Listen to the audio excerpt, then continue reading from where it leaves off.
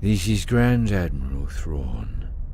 You are listening to the Sarlacc Digest. What a fascinating play on words.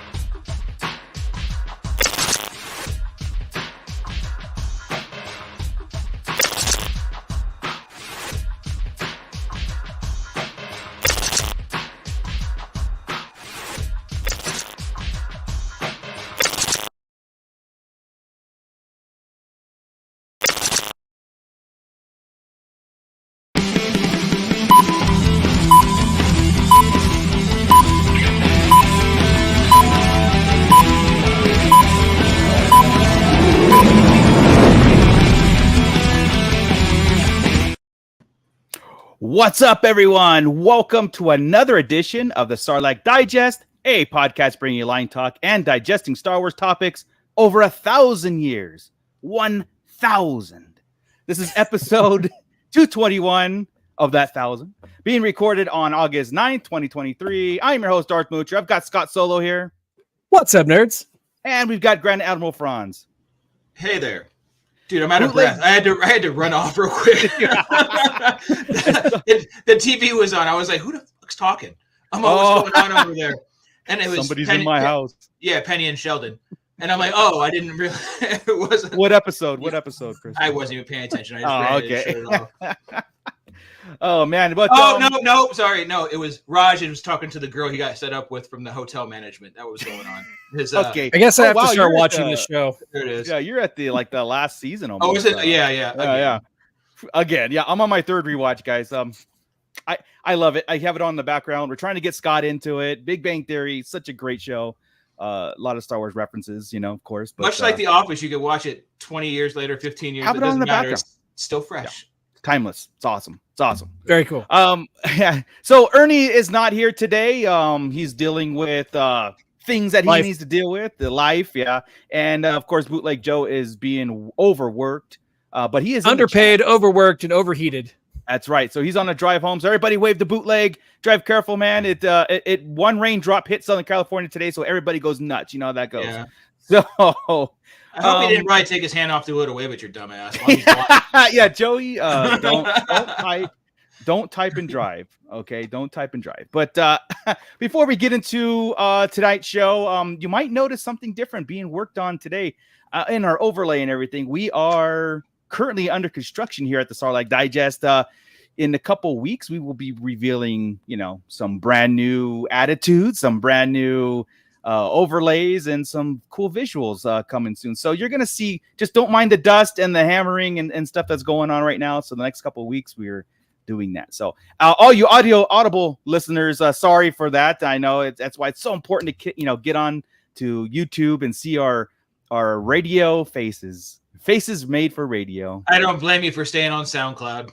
But we appreciate you nonetheless. We love our audible listeners also. So before we get into all that stuff, we got our Patreons to shout out. So I'm going to kick it over to Scott, and then he's going to go into the live pit and see who's in there. Well, hey, everybody. Thanks for joining us tonight. We wanted to give you all a special shout out, especially our amazing Patreon crew. It's because of you and all of your monthly donations that we're able to, renovate things. We're going full HGTV in the house here. We've hired Chip and Joanna Gaines and those people from Mississippi that come in and just rip things apart and rebuild stuff.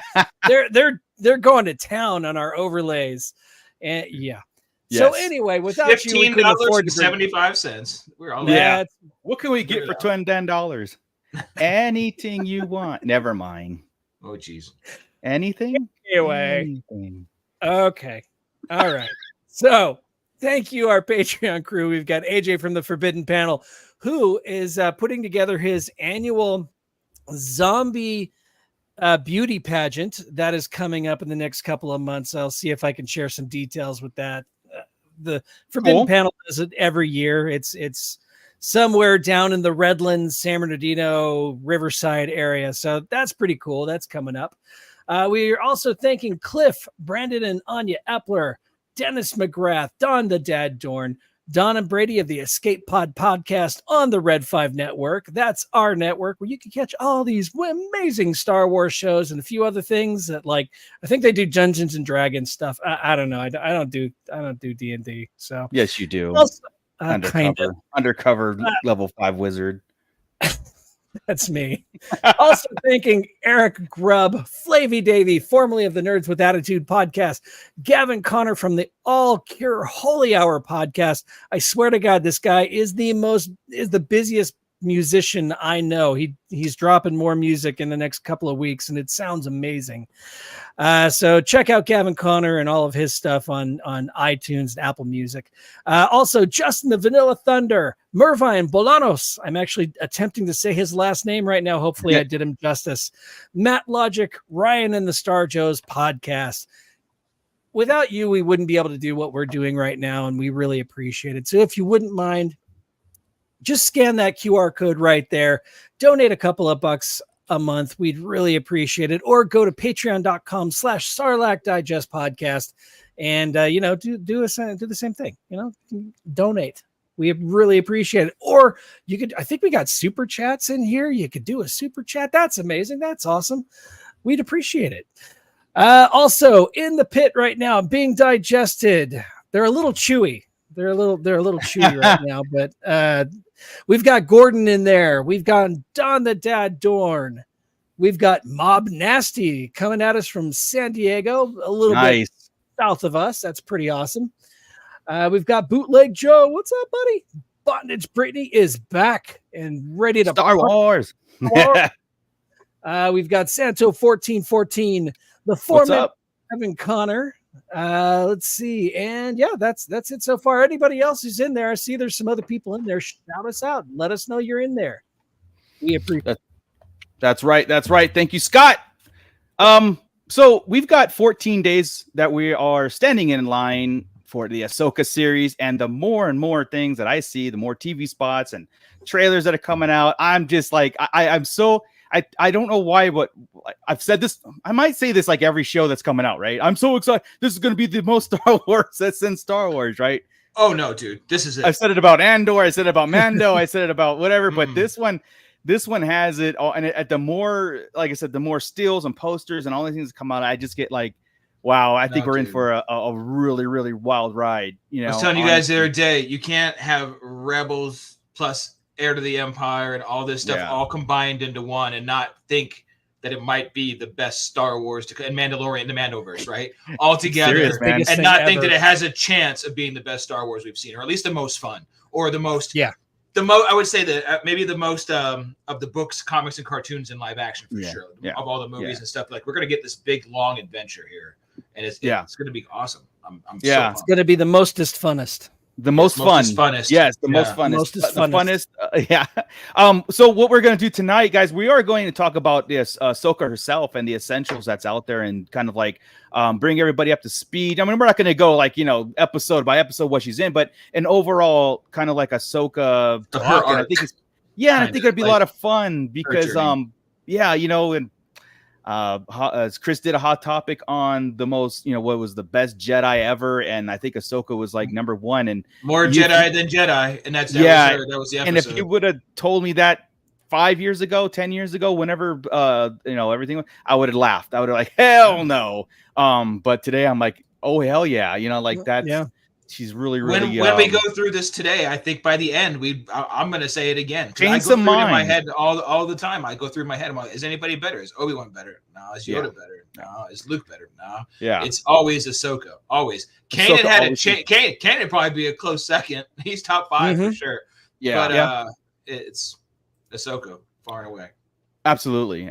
So yeah, of course we're going to get into that again because we have, because we're 14 days away, and I just can't wait. So one of those things that we started a long time ago when the Certain Point of View books came out. Remember the Certain Point of View, A New Hope came out, and we gushed over it. We were like, just, oh my God, this reminds me of, I even pulled these out for this reason too. It reminds me of dumbass. Wrecking My Monitors. Where it reminds me of all the Tales of books. Yeah, I love Tales of those Empire, Tales of Jabba's Palace, Mos Eisley, New Republic, Bounty Hunters, all these books, because we got our new canon version of it. Our the new ways of doing everything. And the first book, the New Hope books, the New Hope book was very, very entertaining. It was different. It was short and sweet. The Empire Strikes Back one came out, and we were so excited for it. And it is, to me, it is the worst thing, easily the worst stories I've ever listened to, read, or I did not like. Now August 29th, they're coming out with the Return of the Jedi, Certain Point of View. Yeah. And only thing that we've got, I mean, we do have an advanced copy. We're not allowed. We have it, we just can't review it. Yeah. But yeah, we can't review it because we don't have the NDA is not until I think a week before or something like that. So next week. Next week. But what we can't talk about is the title list, and the title list itself should get. It's funny because the Empire Strikes Back one didn't get me excited for most of those titles, but this one, there's some interesting stuff going on in there. We've got some characters that I didn't even think that we'd be in a Return of the Jedi, a Certain Point of View, going back to prequel era. It's crazy. Let's see here. Oh yeah, sorry, Adam S. YouTube didn't alert me. You guys were, I hit notify all the time. It doesn't go out, and sometimes it goes out a half an hour before we even know that we're already live. So yeah, sorry about that. Sorry, Adam. Sorry about that. But you're here. You're here now. That's all that matters. You haven't missed much except for me talking about people. That's it. So you're our good. Patreon crew. You're good, man. You're all You know what, Scott? Our Patreon crew are awesome. Okay. Special thanks to everybody on the Patreon list. All of these people. Okay, what I'm going to do here. Thank you. Okay, there we go. You're caught up, Adam. Welcome to the show. Nice. So I have the list here, guys. I'm going to read the chapter list to you guys and see if you get excited for these. Okay. All right. So again, August 29th, this comes out. Very cool. Hoping this is, kind of revitalize or, fixes this whole thing and we can get more. But we have a Moff Gideon story, which is kind of like, to me, it's a no-brainer, Yeah, he's in charge of the Death Star right now, right? Yeah. It was so fun. Yeah. I kind of hope it follows the old storyline that was kind of cut from Return of the Jedi, where he was actually kind of conniving behind Darth Vader's back to win the Emperor's favor. I'm hoping we're getting a little bit more of that, because there's some awesome bits of cut stuff from Return of the Jedi. Yeah. Cool. Of course, we got a Max Rebo band or Max Rebo story, which is like, to me, hey, it was all cool. We got a whole bunch of those. The Cantina band in the New Hope version of it, which was very fun. So we got that. And right off the bat, that's the difference between A New Hope and Empire's books. Is the aliens and the Cantina, right? Yeah. Those were a lot of really good stories and a lot of good Imperial stories in A New Hope too. I think Empire just went off the rails and they had no aliens to back it up. You were dealing with Wampas. It was a lot of just basic talk and basic things that weren't very that entertaining, and they weren't that interesting that we didn't need. They weren't interesting at all. Like at least in the first one, like the one of the long, not the longest, not the Cluehorn, right? Cluehorn, Jesus Christ, yeah. But and I like that one. I know that was long, but I like that one. But the target practice, the shooting, it cost too much money to fire lasers. That was interesting. That was a kickoff. And it helped with the why didn't you just shoot the thing? Hold your fire, no life. It was so ridiculous an explanation, but we have one, and I love it. And so that did stuff to the story, but Empire didn't. Empire, I was lost. I was just lost. I was like, I don't even know what we're doing. I don't know these people. There's no frame of reference, and it's just like, but we got the stories behind the Tauntauns and the Wampas. I mean. Yeah, and all that made you do is realize the rebellion are a bunch of dickheads, right? Like, it made me like the Empire even more because they're so jacked up to all these creatures. Screw the rebels, enslaving Tauntauns and kicking Wampas out of their homes and stuff. Right? Man, dude, chopping one of their arms off. I mean, we are Mets. I mean, even New Hope, they took Canoga and they treated it very well, and gave her a home, and you know what I mean. He was quite content on that Death Star. But what do we got to do? Yeah, exactly. Rebels. So yeah, a lot of really cool aliens and droids in this one, of course. EV-99 is just so an EV-99 story, the sassy EV-99, that's gonna be fun. I think that's gonna be cool. And if it's about her torturing droids, I'm all in, right? Yeah. Like get her a real mean story going. The title of her story is The Key to Remembering. Yeah, that torture. Remember, maybe that's right. The key to remembering. Okay, you said that. I'm really mad because I did look ahead and there is not an 88, huh? No, there's no 88. I'm hoping that Fancy Man, the Max Rebo story, tells us how he survived the explosion of the sail. Well, God, that feels early. That feels early in the story, though, doesn't it? It does, doesn't it? Yeah. But as you know, like with the Cluehorn Caper, it started early and it went really long, all the way through a lot of action. So this could start pretty early in the story and go beyond. Right. Yeah. Right. Same thing. Bib Fortuna, the next story too. How did he survive? Right? I'm all in. Yeah, let's do it. It's not going to be how he survived. This is going to be him planning to take over Jabba. Yeah, Jabba. That's going to be it. Like, oh no, boss man died. Let's go over here. Yeah. I gotta open the windows. There's an unknown title. I guess it's not out there, but Dune Sea Songs of Salt and Moonlight. Do you guys think that's a Sarlacc pit? Is that the question? I don't. Scott, was that a question because there wasn't a title or because we don't know what character it's about? We don't know what it's about. Don't know what it's about. But a little bit farther down, we have My Mouth Never Closes, which is the Sarlacc story. So that's the Sarlacc story. Okay. That right there. Know. Yeah. But this is the Dune Sea. Maybe it is about the and this would be incredibly boring, but the Bantha herd. Yeah. I wouldn't put it past it. I'm already I'm good with not reading this one. I'm good. Since you said that, I'm like, I'm good. Great. This is probably going to be one of those ones where we're all like, let's get it over with. It's the title of it, Dune Sea Songs of Salt and Moonlight, makes me think that it's like there's a giant salt lick somewhere that these things are going to go lick for a little while, and I've had horses in the past, man. I know what it takes to. Right. We're getting a Malakili story. So I know that in the books he survived, and there was a whole thing about him, right? In the Aftermath books, the little he's in the Aftermath. Yeah, he was supposed to be with Cobb Vanth. Yes.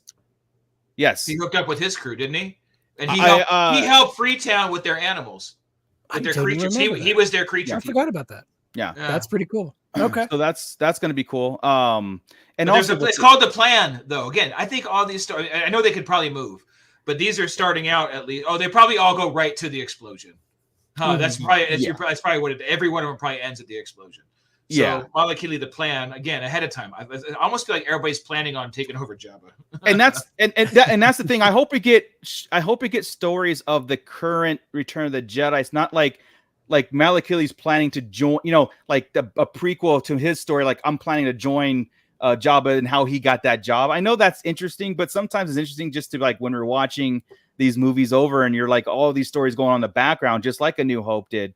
Especially in the Cantina bar, all those stories are going on at one time, and they kind of overlap. So I'm hoping that was the cool part. And it wasn't necessarily that it was on purpose, right? But they would mention other characters from other stories, and they were crisscrossing each other on their way to the mission. They were overlapping, which would made it very cool. Yeah. And it wasn't like they planned it. It's just they all knew that scene. They were all playing in the same scene, so you knew where everybody was and who was there. So anytime you could say any character walk by, you'd be like, "Oh man, it's just crisscrossed with 2 stories ago," and it was really neat. Yeah, it's just, the whole book played in your head very, very well. Yeah, and that's what I'm hoping this does it too. This feels like it is already, right? Yeah, like we're all in the same plot. But the Empire Strikes Back one really left a bad taste in my mouth. I'm going into this one very cautiously.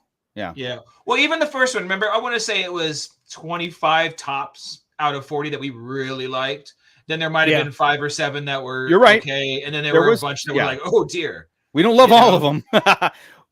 These are the stories you do pick and choose what you consider canon because they don't have that much impact on it. So. But TK, Miss Sunflower checking in. Hey, what's up, man? Sorry. What's up? What's up, Miss Sunflower? Literally says, Miss. What's up, man? Bro. What's up, dude? What's up, dude? We've got a Boba Fett story. And this was called Reputation. I don't know where this could go. I haven't liked the Boba Fett stories. I haven't. The last one, it was John Hamm voiced it, and the writing, it was just too much. And it's not the Boba Fett we knew before. And it's not the Boba Fett we get in the Mandoverse. So I don't know what effing Boba Fett is. This is called Reputation. And what's the thing that we keep kind of boasting about Boba Fett? The most feared bounty hunter in the galaxy, and we need those stories. So maybe this is almost like that where, I just have a feeling you're going to get that whole slow-moving country feel. I'm the most feared man in the galaxy type of I am Boba Fett. Again. And it's like... He's just going to be carrying a helmet, talking to people. Yeah. All right. The next one, the Scion. Now, no helmet on. Refresh my memory, guys. Who's Scion? I have no clue, man. Okay, I'm not alone in that. Okay. No, I'm like, I have no idea who that is. Story is called Kickback. That's one I'll have to. Maybe it's that snail creature in the back of Jabba's palace or something. Or there's a Simalu later. There's a Simalu too. That I know who Simalu is. Well, would Sim Scion have a cousin? No. Simalu is one of the Emperor's. Yeah, that's right. Okay. Yeah. Oh, that's cool. Yeah. Well, that's the thing then. Okay, let's see that Sim Scion. Yeah. So Scion, we don't know. We'll have to figure that out. Oh no, there it is. Let's see. Yeah. Salacious B. Crumb. Everyone's a critic. I like that title. Yeah, me too. Salacious Crumb is not everybody's favorite Jabba the creature. I love him. I think he's great. He's my favorite monkey lizard. He is absolutely my favorite monkey lizard. Yeah. Everybody gives shit about earthly names. Monkey lizard gets no more earthly. But that's gonna be cool. That's gonna be fun. Size Noodles, that's cool. It goes in with the Max Rebo. The whole thing. Satisfaction. I hope it's not a song.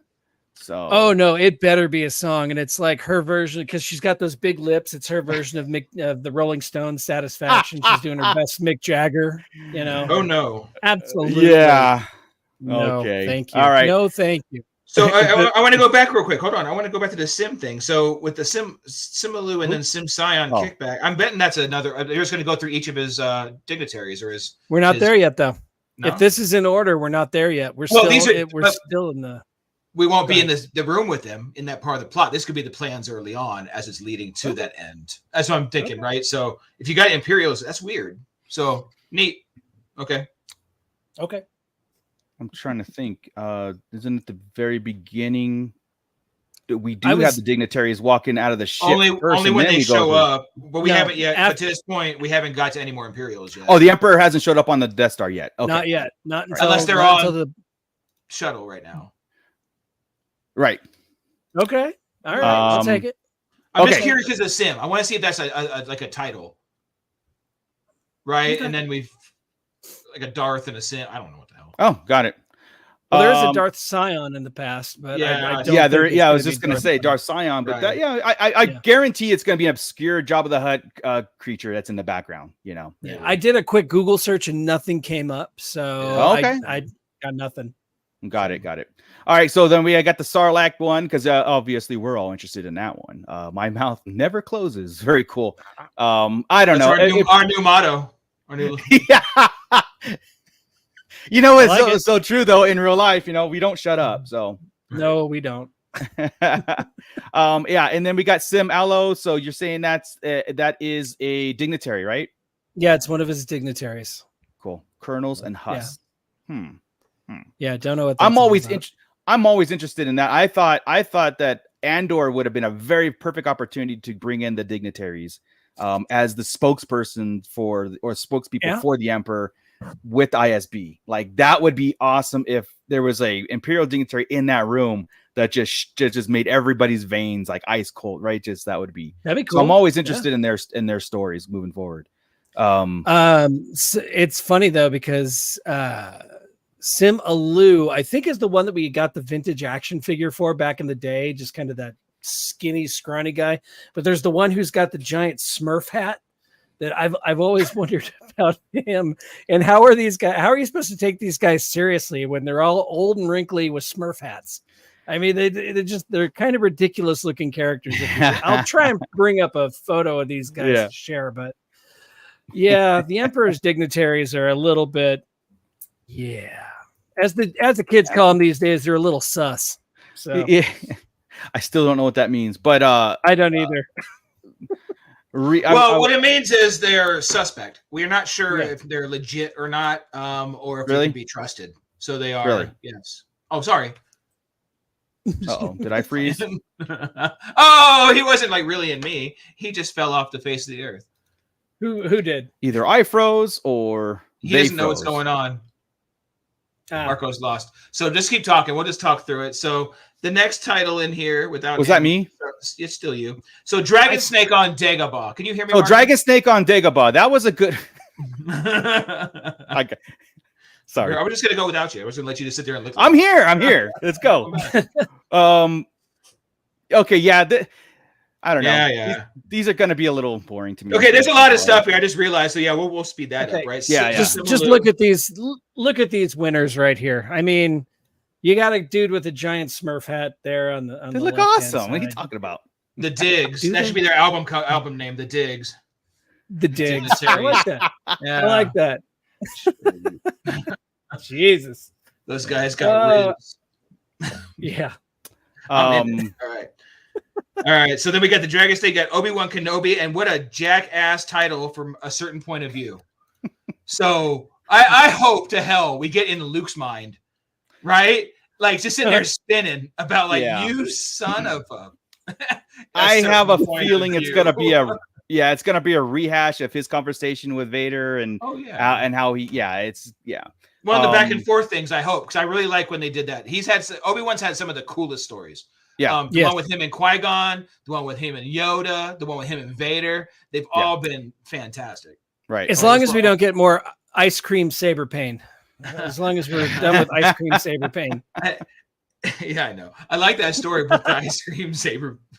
It's so ridiculous. Because he says, I scream saber and pain, but he says it so fast, it sounds like ice cream, saber pain. Oh, it wasn't ice cream. It was eyes, right? Eyes, scream. It was like, right. I was like, man, that's what it was. This sucks. I had to actually go because I was audio booking it and I had to go pull it out and see what the hell it really was. Like, got it. And then the next one is saber pain. One that Chris is really looking for is Mon Mothma's no contingency. Oh, shut up! So get out. She's gonna be in there pissing me off. Hey, I got a pre-mad right now about that. Oh wait. We've got a video for that. Hang on just a second. I know I should have. There we go. Yeah, anything Mon is Chris's kryptonite at this point. I want Aldo to be in charge of the rebellion right now. I need Mon. All right, we have a Lando story. The burden of leadership. Well, Mon Mothma's make this rated R right here, man. Going Holdo instead of Mon. Come on, dude. Mon Mothma's contingency is to just surrender, right? I mean, I give up. No, she's never surrendered. That's Mon Mothma. No. Oh, or she'll run. She ran in Rebels. In Rebels, it took Saw Gerrera to push her to action. And then when that didn't work, it took Jen Erso to push her into action. Mon Mothma is the queen of the sideline. I'm going to let everybody else die for this cause. You're oversimplifying it. You're oversimplifying it just like you do with episode 2. Who put this chick in charge? There's no reason, man. There's no way. Dude, Leia at 19 would have been better. It's just chick is... I agree with that. So anyway, for the sake of time, Lando Calrissian, the burden of leadership. This is cool because we always, that was going to be an interesting one. The whole trade disputes of every kind, union stuff, and that's always going to be. Now he's a general. Yeah. Okay. Now we got another TK 151. Now the last TK story that we got, So. Yeah, it changed Tarkin's whole world. It changed a lot of things. Again, pick and choose. Allegedly. These are workplace rumors. There's anything wrong with that. But where's this at? TK gone to the winner's circle. I mean, a stormtrooper. It's going to be probably a biker scout. That's my thought. Yeah, I agree. That's the time frame right here says biker scout. Yeah, the winner's circle is weird. We got a wicked one. You got to think racing. Biker scout makes sense. Yeah, circle. He's probably a pod racer or just a bike racer. Swoop. So they do swoop bike racing. When they're bored. No, that's how he got picked up to be in the Empire. Han was a pilot, a driver, right? And they're like, hey, and it's probably him flashing back to the way he's probably driving through the forest on Endor, thinking about the winner's circle. That's how I would think that story. That'd be kind of cool. That'd be kind of cool. Or his dreams that got screwed up because he got drafted into the Empire. Right? The hopes and dreams. Yeah, I could have been, And when he's flying around or chasing somebody, he thinks he's winning and racing, and that's where I think could have been a contender. Yeah, that type of thing. Yeah. All right. I like it. Makes sense. I'm gonna go these two to Wicket and Low Grade. So we got some Ewok stories coming on. So Wicket One Normal Day and Divine Intervention by Low Grade. Do you remember any stories from the Ewoks' point of view? No. Not that I can remember either. I'm excited.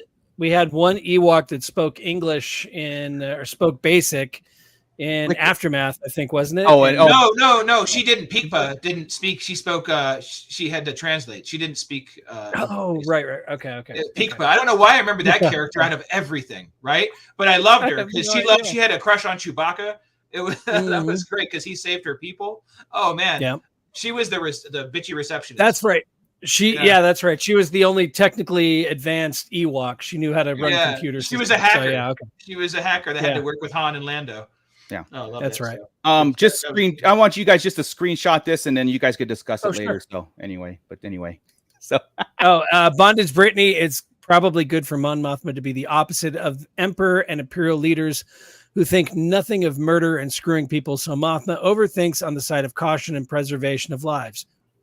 I could get behind that. It doesn't mean she's always right, but she's never right ever. She has no cojones. In your certain point of view. In my certain point of view, it takes other people's actions to drive her to action, and that's where I think Mon Mothma. And there's nothing wrong with that because it all worked in the end. Leia did take the main leadership role, but still, I don't know. This is gonna happen. I think we should do. Honestly, I think we should do a sidebar podcast on that and Mon Mothma. Yeah, because honestly, no, but honestly, I really think there's more there than what you guys are saying. And I know that you know that. I know that your guys, like I said, you might be oversimplifying some things, and I still think it's there because we haven't gotten the whole story yet. But I'm just saying, I'm hoping season 2 of Andor really gives us more into her character, because right now she's just a. Well, she did a lot in Rebels, so she did, but she's a very impotent leader at this point in time where we've seen her in Andor. She's been in Andor. She's not there yet. Remember, okay. She's had 14 years to get there. Yeah. I'm telling you, it's not. We're going to do a sidebar. We're going to do a sidebar. Yeah, we definitely have to, and we'll do it live so everybody can yell at me. Nora Wexley. Yeah, cool. Nora Wexley, guys. That's cool. That's cool. Yeah, so this is a character in the Aftermath, right? Yeah.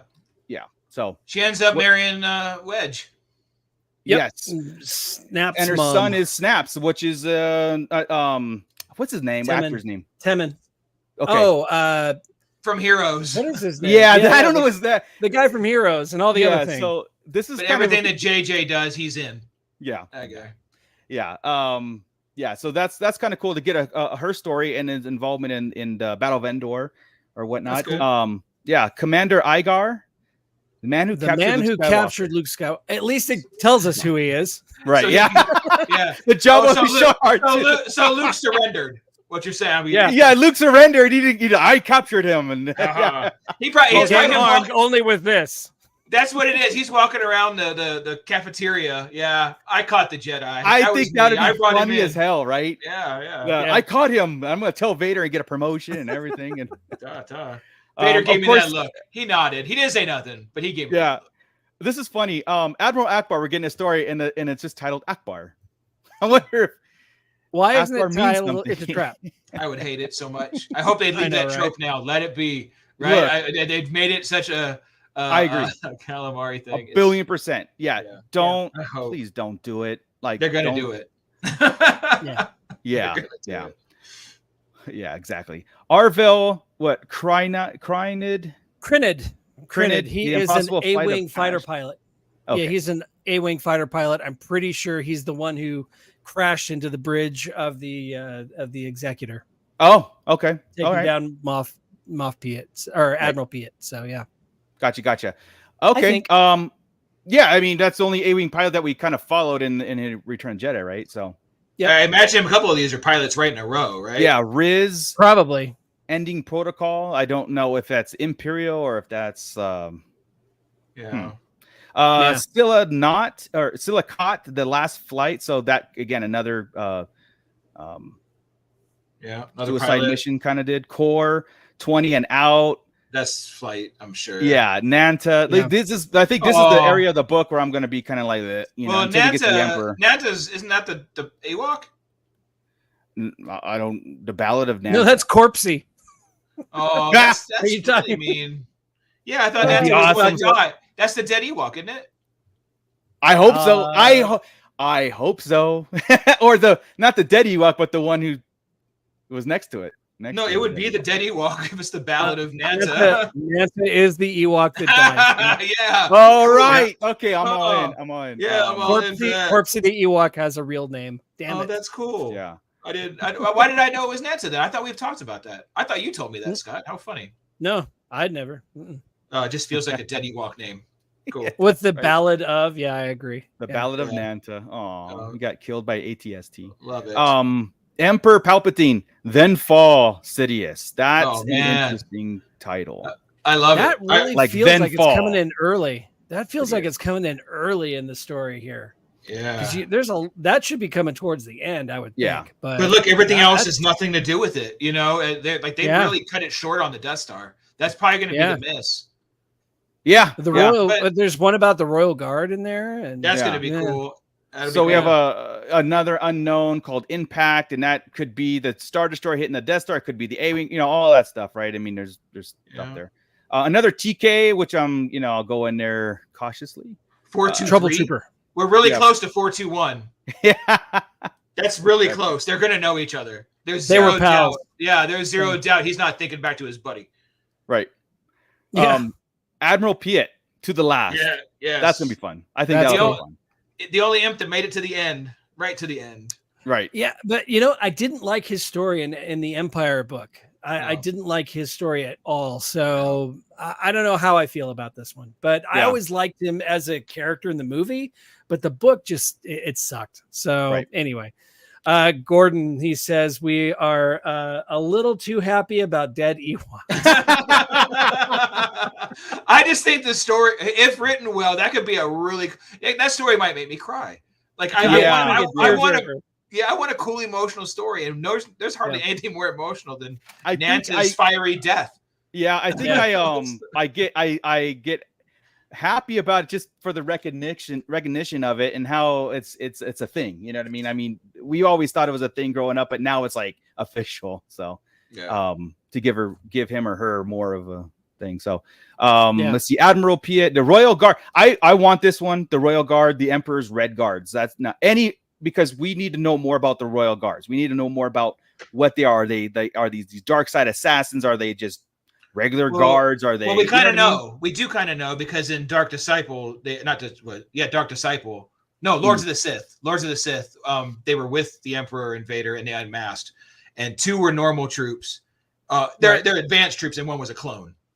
Yeah, that's when he flashed back to remembering 5s. And he didn't say 5s though. It was a typo in the book. Oh, really? It was 6s. It said 6s. Yeah. It was 6s. Come on, writers group. I swear to God.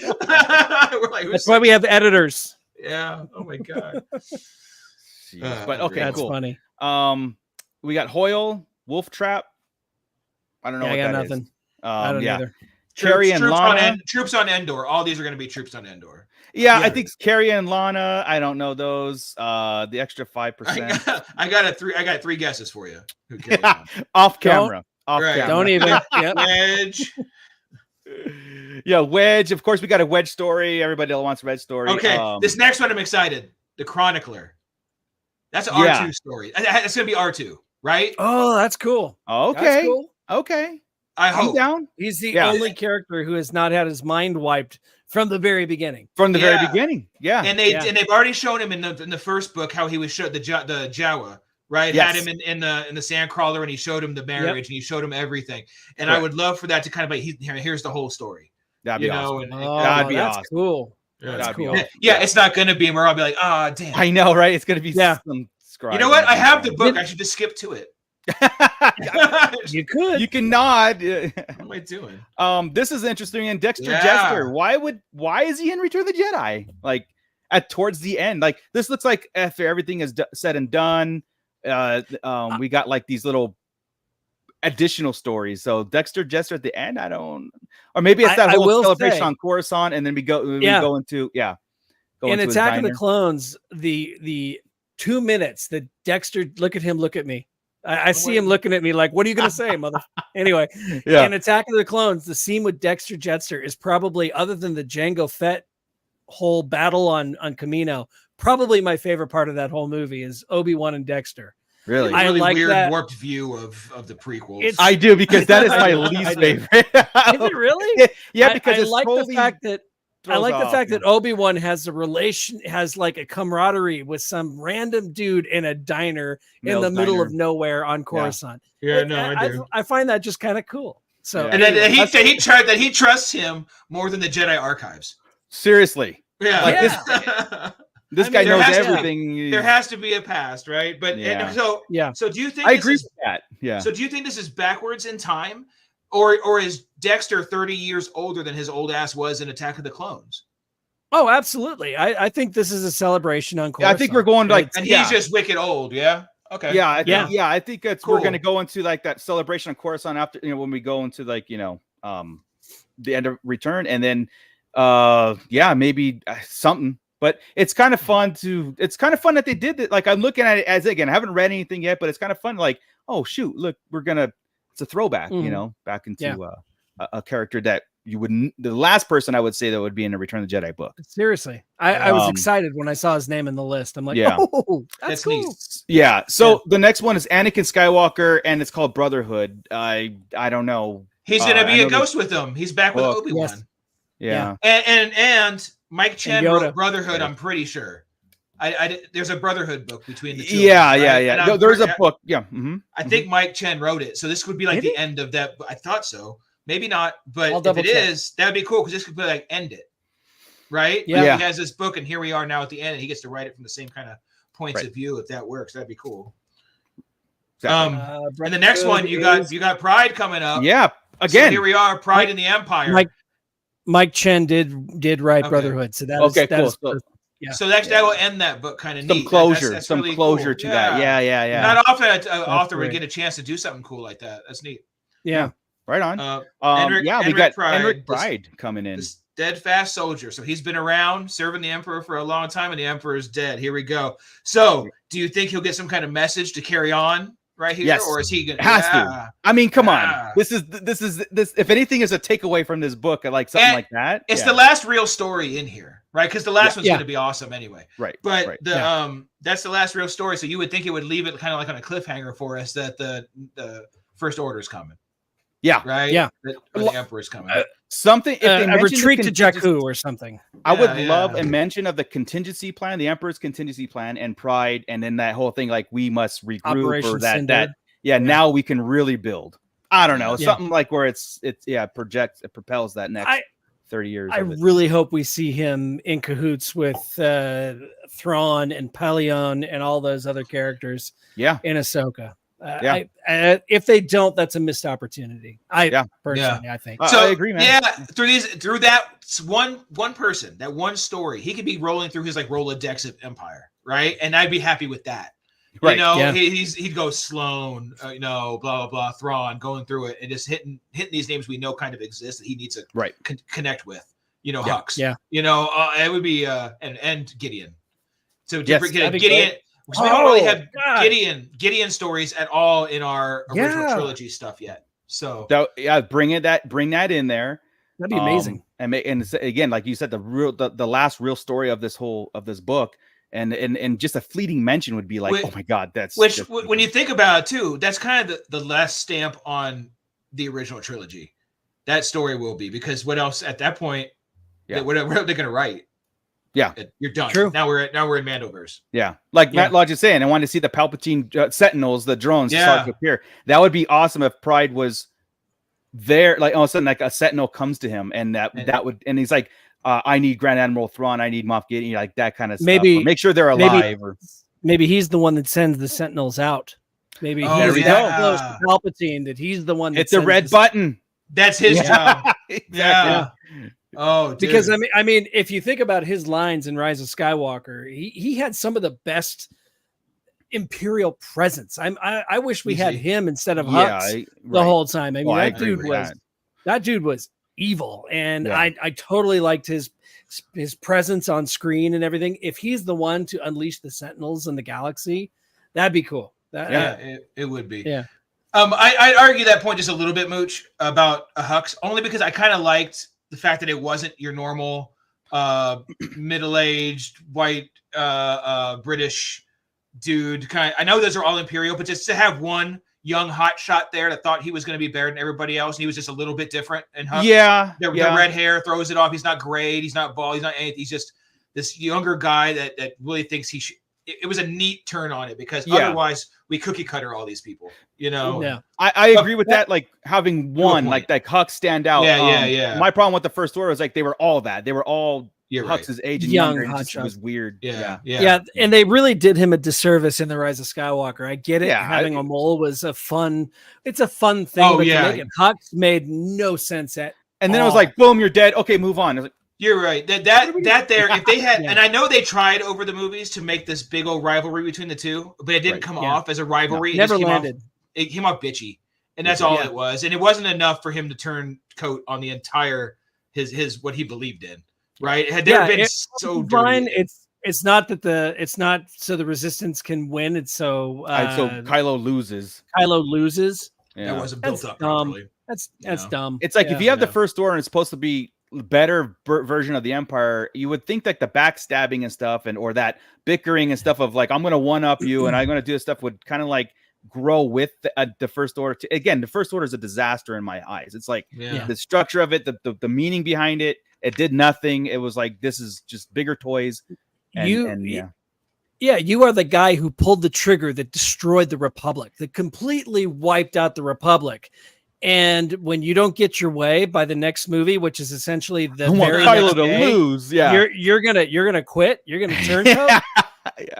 Come Yeah. on, that is what they call. Everybody likes to say, Yeah. "Oh, the Mandalorian season 3 suffered from poor writing." Bullshit. No, it didn't. The sequel trilogy is that last movie. Epitome of there poor writing. suffered Yeah, from absolutely. poor writing. That would have Terrible taken beautiful moments. Terrible writing. Yeah, and beautiful looks, sound, everything, right? Yeah. But that the I don't know why we always end up on the trilogy. They would have had to have 6 movies or double the time frame in it to make it extend to make any of that make sense. Yeah. Most of it. So anyway, just I can make it make half hour. sense to do it there, right on Yeah. screen. It would have taken more. Sorry, I didn't mean to. Yeah. We always go off into the damn sequels, But it's so easy to. and we're getting there. Yeah. This is taking us there, and we just talked about Pride. So what are you gonna do? Exactly. Okay. Well, that's the last the purpose of these books. Yeah. Yeah. And It's the a last tie-in story is of the the wills, right? The wills, the going back to them, which is usually last time it was Mark Thompson and the one who did Darth Bane. I can't think of it. Don't Can't look think at of me his because name. I got his name wrong completely. No, that was the author, Drew Carpenter. Yeah, it was the author. But I can't think of the narrator. But anyway, they play off each other on the wills, and that's a fun go. So that'll be good. Yeah. What are we on now? That's it. Shift. That's the book. So, That's the book. Yep. So we'll get read too, and we'll kind of go through it. Maybe we'll do a side show so we don't take up a whole episode. Maybe we'll do a side episode. Yeah, What is man. the release date of the book? August What's the 29th. 29th. Okay. We can review it next week, but we can't. Yeah, it's on sale the 29th. Okay. Yeah. Again, I this is cool because the 40th anniversary of Return of the Jedi is still this year. Which there's not a lot of things behind it. We don't have a celebration, all that stuff, but We this have is a cool. half-assed action figure release, but Yeah. We got the best damn pops they've ever put out. I mean, every Return of the Jedi pop. I don't is collect awesome. them, but they're pretty awesome. Yeah, Yeah. they're pretty Akbar in his chair, Vader laying down with his helmet off. I mean, all sorts of cool stuff this time. Nice. They've never done it like these. Yeah. I mean, at least somebody's getting love with the 40th anniversary, of that. So I'm glad That's all we've gotten. That's all we've gotten really this year is that, and I just got a Ahsoka versus Maul. But yeah, those are really it. But they're good. Nice. Hey, All right. he said the word Ahsoka, and plus he's got it on his shirt. I think maybe we should talk some Ahsoka. Oh man, I'm ready. Yeah. So That's my girl. Okay, so we were The male to- chauvinist of the group is like, oh, bring me Ahsoka. She's my favorite.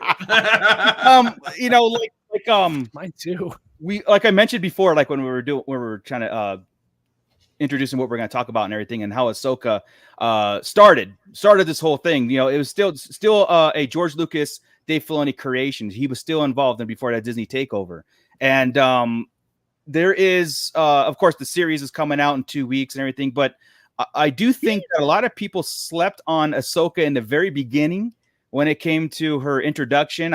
Me personally, I did not like her. And it's because the movie that started the whole thing, that Clone Wars movie that was in the theaters, which is not on the Disney Essentials, whatever it's not. But I do kind of implore people to do watch that and just try to, get through it. Because it does some things just like Tales from the Jedi did. It kind of introduced Ahsoka as a kid, the Force user, and all that stuff. You kind of get some growth. You understand that Plo Koon was the master that found her and brought her to the Jedi, to become a Jedi and everything. It was original master. You do get that sense of Anakin did not want to take Ahsoka on as a Padawan and really reluctant and did not want her, and then she just attached herself to him, and he eventually, I think that was the part. It was a bratty little kid. Yeah. It's what was going on. And we weren't used to that in Star Wars right then. It was all the nicknames too. It was the Sky Guy and yeah. Snip and R2. Snips, which I hate still, but yeah. They made things so cutesy it's- with her at the beginning that it was kind of like, oh God, please stop. I don't know why Snips is okay because it's just short and quick, right? But R2E and Sky Guy, though R2E, I forgot about R2E, dude. R2E. I was just on Sky Guy. Yeah, R2E is like the worst thing they've ever done. So yeah, at first I'm talking seasons. I didn't like Ahsoka. Yeah, no, it took to season 3 for me to take a liking. The time jump when she became a little bit more mature and everything, and then started kicking ass in the series and Clone Wars. That's when I was like, okay, I get the whole role and everything. And when she started to, and that relationship with her and Anakin, as the little sister, big brother type stuff. Even when like Ahsoka knew that Anakin and Padme were doing, a thing, and Ahsoka kind of knew, she kind of put things together, but still kept the secret. She understood all the rules of the Jedi, but also understood probably why Anakin was very dismissive of a lot of rules and did his own thing. And she did that too. She showed a lot of those signs of like, I'm going to do my own thing. Yeah. Rebelled on that whole thing and like bending the rules and all that stuff of the Jedi Order, taking matters in her own hands. She kind of, obviously following Anakin's footsteps. She was raised that way. She was trained that way. Her master was that way. So it was perfect, but she had a mix. It wasn't crazy, but she also had Obi-Wan as a mentor. She had Plo Koon heavy on her as a mentor. Yeah. She had a really cool mix, and Yoda. She had a really cool mix of. She was also the voice of reason from Anakin. Yeah, she was a conscience a lot. Yeah, she had some of those same. She had those attachments, but her attachments were to fellow Jedi. They weren't to somebody on the outside that she was actually like in love with. I mean, there were some moments where you're close, right with Anakin. There was some moments with Anakin where you're like, the dude on Mandalore. Or not Mandalore, but the dude. I forget what his name was. Yeah, but there were some times with Anakin where I'm like, what is Anakin? What is he doing? That's a little more than just sisterly taking care of a Padawan. He had some moments where there was a lot of attachment. Anakin had attachment problems. You're in some weird corners of the internet there, buddy. I know, right? You downloaded the wrong Star Wars. Ahsoka hentai. Yeah, but I get what you're saying. I get what you're saying. Where Anakin fully embraced the attachment. I mean, he really just he got married. Anakin didn't understand he didn't understand the assignment, and Ahsoka understood the assignment, but also kind of like, well, Anakin's my master, and I'm doing these and everything. And she understood. She didn't understand the rule breaking, but she went along with a lot of it. She didn't do much of it because she was tempted herself, right? Because they were falling in love and stuff, and she was like, "Nope, I'm a Jedi. We can't do this." Boom, boom, boom. So she did have her trials in that. Similar to Obi-Wan with Satine. Yeah. They were able to distance themselves from the situation where Anakin was just like, "Give me. I want it all." Yeah. There's still a difference between Obi-Wan and Satine. Yes. Because Obi-Wan and Satine, Obi-Wan said, if you asked me to leave the order, I would have. He was in love. He was attached. It broke him up. Ahsoka is like kind of a kid thing. She's like, no, this is just going to be a fling. I'm not in love with this guy. Blah, blah. This is not worth it for me. Yeah. It was just something new. She was a teenager. She felt some attachment to somebody. And I just forgot his name again. I was about to spit it out. Yeah, but it doesn't matter. And his mom was important, and he came back. God damn. I know. Remember, it was like, I think it's in the essentials in that arc. I mean, it has to be. It's in there somewhere. It's whatever. But that still puts Ahsoka ahead of Obi-Wan in that regard. Almost everywhere I've ever looked, I'm like, but that could compare to this situation, and it always seems that she can one up it. Yeah, like she learned from everybody else or something else. Yeah, like Filoni was very specific in his writing throughout, where if something come up, Ahsoka could just one up it. Right. Say it. Was it Nix Akami? No, that's what I'm seeing. That doesn't sound right though. No. Lux Bonteri. Lux Bonteri. Lux. There we go. But she always comes out ahead, and that's what I love it. And her, well, before we get to her biggest trial, right, the Jedi stuff, the Barriss shit. But she going through with Anakin, even she always would do what was right, like you said. It wasn't necessary for the order. It wasn't necessary for anything. She just figured she had this compass inside of her. Was the Force telling her or what? She understood what was right all the time, and she could do it at any means necessary. But she didn't want. Man, I could go on for days about Ahsoka. Why? Well, 100%, man, and like it's so fun to think about her because again, how we reacted to her presence in Star Wars in the beginning and how that growth grew with us. I mean, it was on purpose. She was supposed to be this bratty kid that was doing these things, and in that conflict with Anakin, like I really like the fact that Anakin did not want her as a Padawan, and then ended up being like, I do anything for you. You know what I mean? As a matter of fact, she thought that she was being passed on to Obi-Wan, and Obi-Wan thought that she was being passed on to him. And Yoda said, "No, you know what, Anakin, you go." Damn, her story really does mirror Anakin's more than I was ever. I was already thinking, and you said that, right? So then you have he was supposed to be Qui-Gon's. Right. He ends up being Obi-Wan's. She thinks she's going to be Obi-Wan's. Ends up being Anakin's. But what would you watch through this? Her whole journey was almost Anakin's, and every decision he ever made, she made a different one. right? And throughout the stuff we know about him.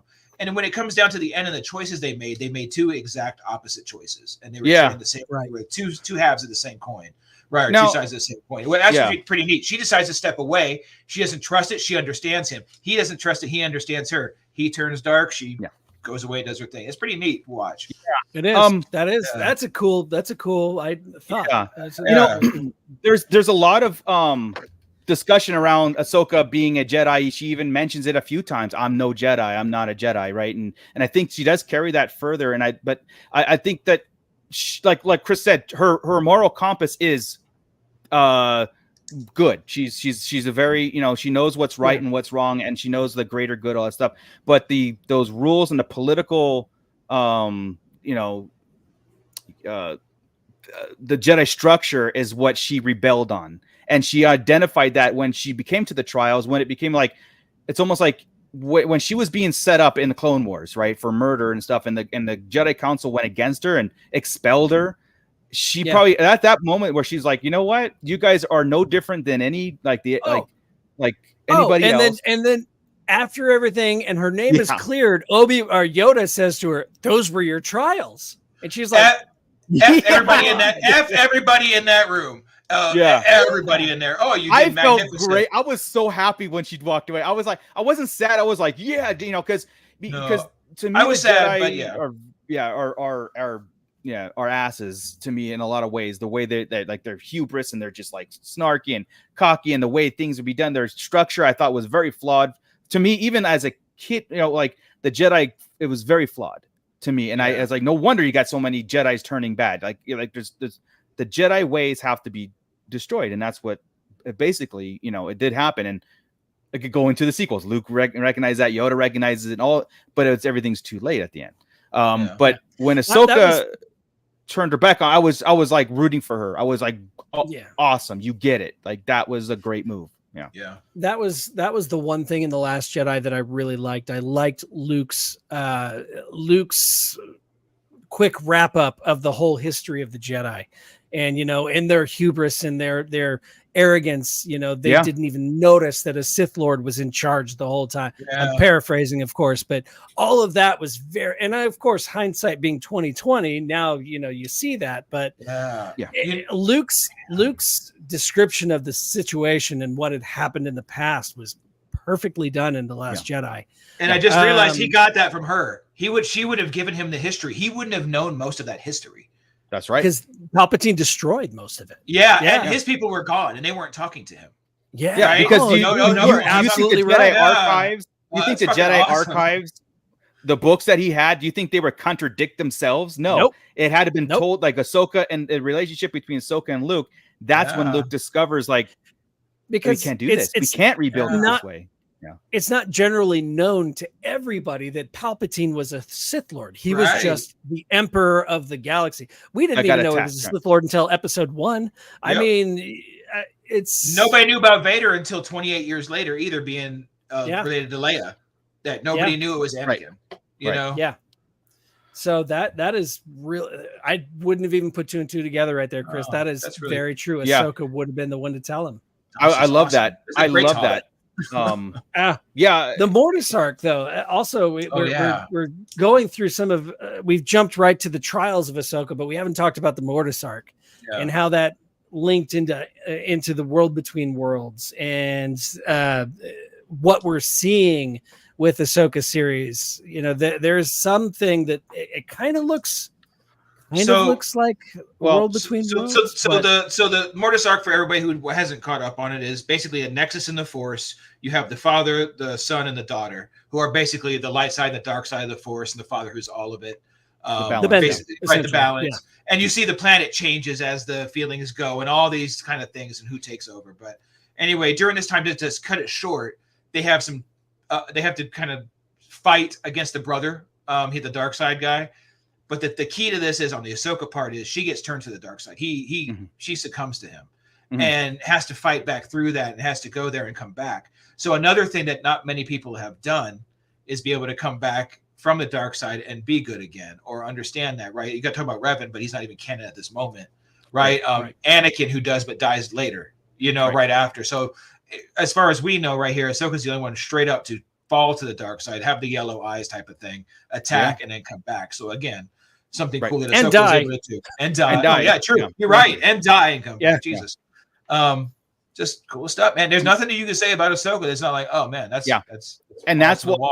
And again, and then you look at the entire arc of Ahsoka, and then what that Mortis arc, what really told it was like she was beyond special to the one who goes through that, because any other Jedi going through that would have been, like I said, succumb to it, throwing out the balance or whatever. And it was very cool that we all know, we're all sitting there going like, Anakin he's the one that's going to turn dark side and all that stuff. And he does, but he does it for different reasons. He does it for attachment reasons. He doesn't do it for like the traditional Sith reasons.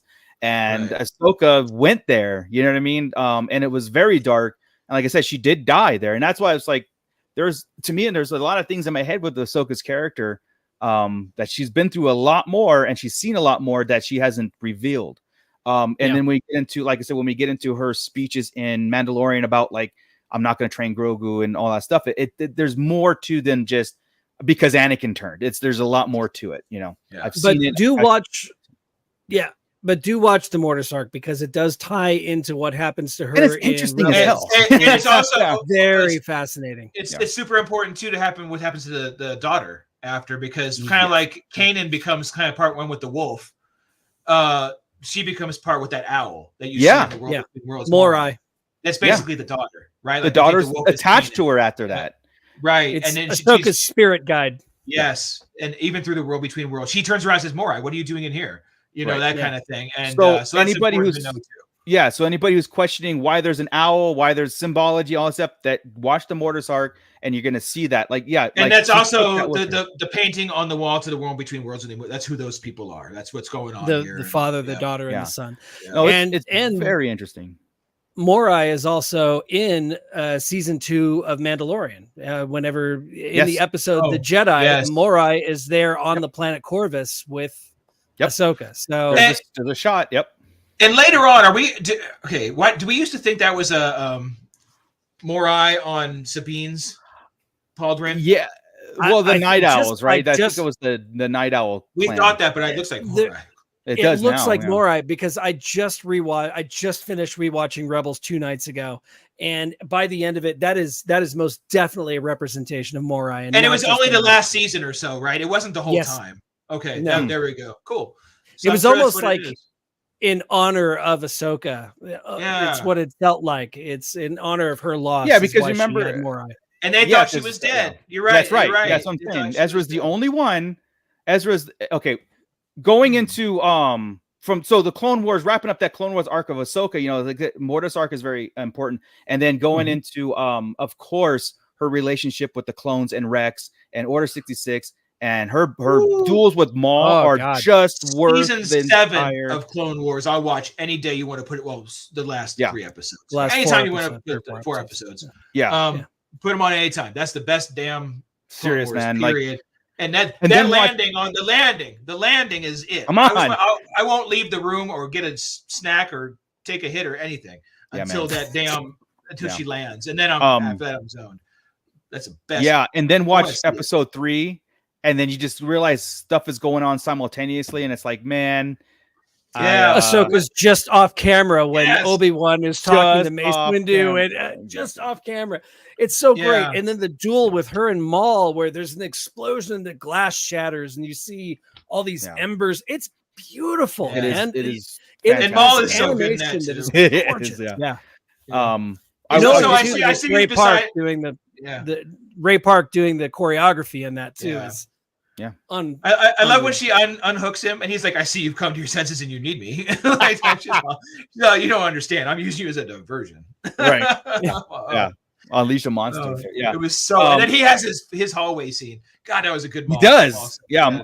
Really good. The hallway scene is the new norm, right? It's like the without a lightsaber. Everybody gets the hallway. Yeah. So like I said, the essentials is, of course, you know, discovering who she is as a Padawan, as Anakin's relationship, her leaving the Jedi Council, the Mortis arc of the understanding like more Force. I've said this before, like we don't understand all the Force stuff, and I think some of like that whole hubris of the Sith and Jedi, they think they do. They think they know it all, But I think there's so much more there, just like the world between worlds is introduced and Mortis and all that stuff, that there's so much there that's just out there to be discovered. It's so hard to think about Mortis and the world between worlds in a live action setting. It works in animation. I'm really scared if they try to touch any of that, it's just.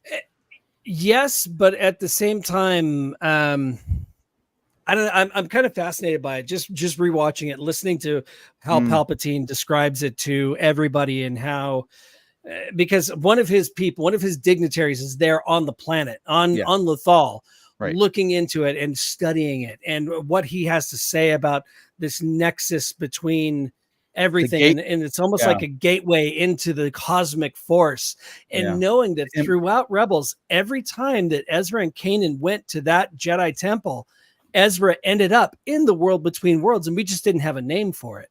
Every time he was standing there with the stars surrounding him, and he was speaking to Yoda. And when he found his crystal. When he found his crystal. And whenever Kanan comes face to face with the temple guard that is the Grand Inquisitor, they are in the world between worlds. And that's the thing about it. It's not necessarily the fact that it can alter the universe. It's like a gateway into this cosmic force where anything is possible. And Ezra used it that one time to snatch Ahsoka, to save her life. And then the Palpatine almost got through, almost got into it. Could you imagine what would have happened to the galaxy as a whole had Palpatine really gained access to that portal? Yeah. And then, knowing that Palpatine in the second to last episode of Rebels uses it to try and entice Ezra to the dark side. And, by showing him the vision, what he could have. Yeah. I am excited by the prospect of World Between Worlds, by what it could be. Putting it that way? What we're afraid it could be. Because we're afraid that it's a gateway to the multiverse. Yeah. But no, it's a gateway to the cosmic force, which, they've always talked about, but never really explained what it was. But now that we've got this, it only took me 4 viewings of Rebels to really understand what is happening here. Yeah. But I mean, it is used to great effect by Dave Filoni, who is in charge of this thing. So I have faith. I do, but the worry is the multiverse, but the worry is also no consequences. Yeah. Because we already have enough of it, but it's usually bad guys, right? Villains. I always think villains can come back. I don't care if a villain comes back any which way. Oh man, we couldn't kill him. It just makes him more villainous, right? I just hate when the good guys keep coming back. Force ghosts are an exception, totally cool, but I can't have people keep dying and coming back because we go to Force World Between Worlds. As long as that doesn't happen, I can get over it, really. But that's gonna be my problem. We keep talking about the World Between Worlds too. Like, if that happens, it's going to suck. But we've already seen the sequels. We already know that the future is set. I mean, what could they really do? Well, depends on when they do it. They can go back after the sequels, back in time, go change. We don't know when they're going to do it. That's the problem. The new Reign. We don't know. All the stuff we know can get wiped out in 10 years because they go World Between Worlds, and somebody says, you know what, we need a reboot. Do you guys think it's a seed that's planted for that purpose? Like in 20 years from now, when Star Wars becomes so convoluted, they're like, well, I don't think so, because there's no reason to keep going in this era. We've got time. They could go back into the past. They could go back. They could go into the future. They don't have to stay with the Skywalker saga. Right. So I think that's that's us putting a limitation on storytelling. And if they're ballsy enough to go outside of the scope of Skywalker, then we're golden. But it's also what we're not understanding what Dave Filoni's setting up yet. Like, he could be, it could be a whole explanation of like, you guys were kind of on the right path, but this is what really the World Between Worlds is, and that that could be in the Ahsoka series or the movies doing. So it really could be like we're speculating, because they showed us Ezra saved Ahsoka. She was dying. She was gonna die right there. We assume she was gonna die. Vader was coming down. She still had her sabers. She still could have defended herself, but Ezra took that. Ezra could have just postponed. He could have just put a pause button on something that would have already happened. It's hard because go ahead. I was going to say at the end of season 2, we see Ahsoka walking back to what we knew she lived. That we was just it. didn't know. We didn't know how she survived it. She could have just. It could have been the natural end to that duel. We don't know. It was Ezra, of course, taking her out of the Force. We learned later, but we already knew she lived. Well, but we we don't didn't know but she we- lived. Yeah, we it was did. Va- We did. We did. He was right. She was walking out of the temple. We saw it. I know. No, that Filoni was had Vader a- walking out of the temple. Wasn't No. Ahsoka? No, it wasn't, dude. I The just last thing we rewatched it. saw was the thing coming down, and that was it. No Ahsoka. No, We did not see No. her. no, we saw her walking Vader, back into the Vader temple. walked sideways, and Ahsoka walked out. It was different. Yep. It was No. different view. Actually, Ahsoka was walking back into the temple. We see it again in the World Between Worlds episode. We just see it from a different perspective, but it's the same shot. Now, so my question on that is, did that happen first, or did we see that there, but it happened because 2 seasons later we have the World Between Worlds? Right? Right. So which happened first? Chicken or That's the egg. Right. Chicken or right. the egg. So yeah. did he affect it? But I promise, Marco, he's right, dude. It's right. It's I don't think Yeah. so, but I have to. I mean, honestly, I No, don't. dude, I am. From what I remember is, pull it up and pause it real quick. go ahead. It's But from what, Okay. no, don't do because You we'll get. Don't do that. Not Don't if I put on- not if I just pause on the scene. I think we should be okay. the What else duel happened? Go ahead. between Vader and Ahsoka, that and the temple, right? That's Yeah, what I'm yeah. saying. Like it closed. We never saw the conclusion of it, and then No. Well, up we until didn't World see the- Between Worlds. But We didn't see the end of the duel, but we saw Ahsoka walking back into the temple at the end. Of that 100%. To face Vader, right? No, this is all After over. The the- temple. after The the temple's falling. The temple's falling. It's Yeah. Ahsoka's there. Ahsoka's done with Vader. They're done. They're split. Before we Am see I- the World Between Worlds. Okay, I trust you. I again, we'll pull it up and see, but I don't remember it that way. I remember it like because it was a whole Yeah. 2 seasons of like Ahsoka, is she dead or Yeah. alive? Oh, I And it agree. was a I whole agree with thing. you. Lives, that kind Oh, of thing. I didn't realize Yeah. it until this last year, dude. It Okay. wasn't like the whole time because Filoni had the Ahsoka Lives like we all were wondering. Right. I Yeah. didn't remember that scene like that, but it's 100%. Oh, I did. There.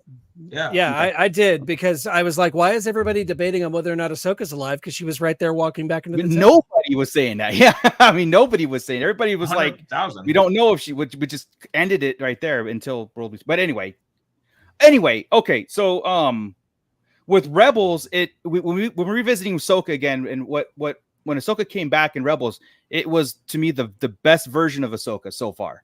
That was the warrior Ahsoka, the outcasted Jedi that came back to help as Fulcrum, helping out the Rebel team, and so badass in what she did to face Vader, and that realization that Anakin is Vader, and that whole thing was great.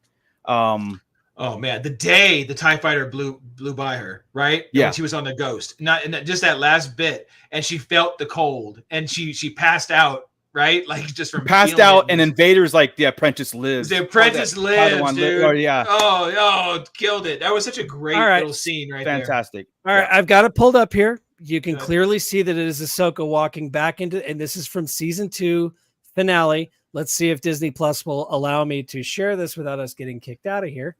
But you can clearly see Ahsoka. That is Ahsoka right there walking Yeah. back into the temple after everything is done. Yeah. And you can't It's really hard zoom, in this but I'm- view. Oh, It is I hard get in that, this sir. view. Okay, all right. I don't remember it at all. I yeah, don't recall. This. Huh. she walks right back into the temple. Did you just draw this and- right now? You just Is do that it. in or I mean, Yes. out? Who knows? We can't even tell. Exactly. So there you go. There you go. This scene right here, and Morai flies down. There's Ahsoka walking back into the temple. There you go. And that's after their duel. That is after the Yeah. duel. Yeah, you Yeah. see Darth Vader, Vader he's got his- sideways, he's got his Ahsoka helmet. Yeah. It's like Huh. So Yeah. I'm taking that what down was the before we whole end up getting Ahsoka kicked thing out. Then you know, Yeah. It's like, yeah. Right? Because that's what I was saying from day one. Why is everybody focusing on if she's alive? Yeah. We saw it. That's funny. Oh Yeah. well. But Cool. Well, then that's great. She So lived, then we know. pulling her out of World Between Worlds then didn't do anything. I don't. Well, or that's what the Chicken problem or with egg. World Between Worlds. We don't know. Right. Yeah. Chicken or egg. Everybody Would now. she have now, survived? now everybody that survived, I'm gonna have to be like, was that the World Between Worlds? Somebody messed up. Yeah. Not You're right Palpatine. on that. That's the problem with it, and that's the problem with introducing that kind of. Because Who now else we're has worried. survived after who else has come back from the dead after if they're not a Force ghost? Only We if don't Palpatine. know. We Yeah, don't know. it could have been anybody. We don't know anymore because nobody knew Yeah. about Ahsoka right there. It just happened, and she came right back to the same spot and lived. So we don't know if that happens all the time. What? F Okay, the World Between Worlds. Too Yeah, much so- questions. Yeah, and okay, so in Rebels, when the World Between Worlds scene happened and Ezra pulled her out, and she went back into that same time frame where she's pulled out and Ezra went his own way. We don't see Ahsoka until the very end of the last scene in Rebels. You know, with after the whole after the whole conclusion and Ezra and Thrawn are gone and all that stuff whisked away. Then Ahsoka appears to Sabine, and on that we're gonna get that live action version. Live action. So and that's where again it's that time jump, and Ahsoka comes back into the fray, back into the picture to help out whatever. And so when we see Ahsoka again in Mandalorian, right, and she The great thing about that is whenever Ezra pulls her in from the World Between Worlds, the last thing they say to each other before she goes back in through the portal is, "Find me, come and find me." And she says, "I promise." And she runs back through the portal. And I'm like, oh, but which is really getting in the but show. it's crazy, right? I mean, okay, I'm gonna backtrack just a little bit. Why? Why did she go back the way she came and Ezra went back the way? Why couldn't he just go with her? She refused to go with him but she doesn't know that. She doesn't know to go with him. She does, because she sat there in the World Between Worlds. She knows that Ezra is older. Yeah. He shows her Kanan's death. She witnesses Kanan's death. She wouldn't let him fix it. She talks him out of saving him, out of using the World Between Worlds. Mm-hmm. She says, "This is not my time. I belong here." And then Palpatine starts coming after him, and they both bolt for her portal and come find me. Right. But again, she's the greatest Jedi, so she's saying, "Put me back. Don't let me do it." And the other Jedi, guess what? Yeah, I'm here. Yeah. Cool. My thing was like, this is all brand new. How do you know to do that? Like, you know what I mean? Like, how do you know? She's smart. She's smartest. Okay, we'll just go with that. She's the smart one. We'll go with that. But anyway, the fact that she didn't freak out, nobody's freaking out that they just got pulled into time, and there was no like, "Holy crap, what's going?" Nobody freaked out, right? Everybody's like, "Hey, what's going on?" Like, Ezra, you're like 4 foot taller, and your hair's changed, and this is kind of cool. That's true. That's true. Yeah. I'm walking in space. Neat. It was an abrupt. It was too shaky for us to really, right. It was like, I got more questions than anything. So. This hasn't made me feel any better about the World Between Worlds, this discussion. No, so really at all. Really? Especially right there. It just made me realize that anything I have to agree with that. I agree, because now that you pull that, and it's Ahsoka from her time frame and as Ezra from his time frame. Now you're really messing things up. Where now you can go back and pull Anakin out. I just think it's a beautiful story. I think the whole thing is awesome. I think Lothal was the only place in the galaxy where you could access this place, and that's what made Lothal so special. Is that particular Jedi temple? That was it. That we know of. Whenever Palpatine accessed it, he had literally taken off the door to the Jedi temple and put it on a starship in order to access the World Between Worlds. I really do think it was something about Lothal and that particular temple which gave it access to that the cosmic war.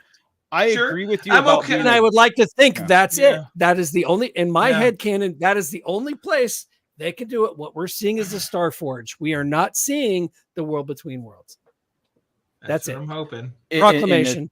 That's what I'm hoping. I hope so too. Like I said, you open a can of worms when it goes the opposite way. But what I'm saying is the fact that I get you to think it's beautiful and all that, but it opens too many questions is the problem. And now that you can not so much multiverse, but like you said, my time, your time creates basically a multiverse. Yeah, because when you present that possibility in Star Wars, when it's possible to access this, no matter if it's a gate or if it's one access point, or if it was it wasn't destroyed, it's just it was turned into something else.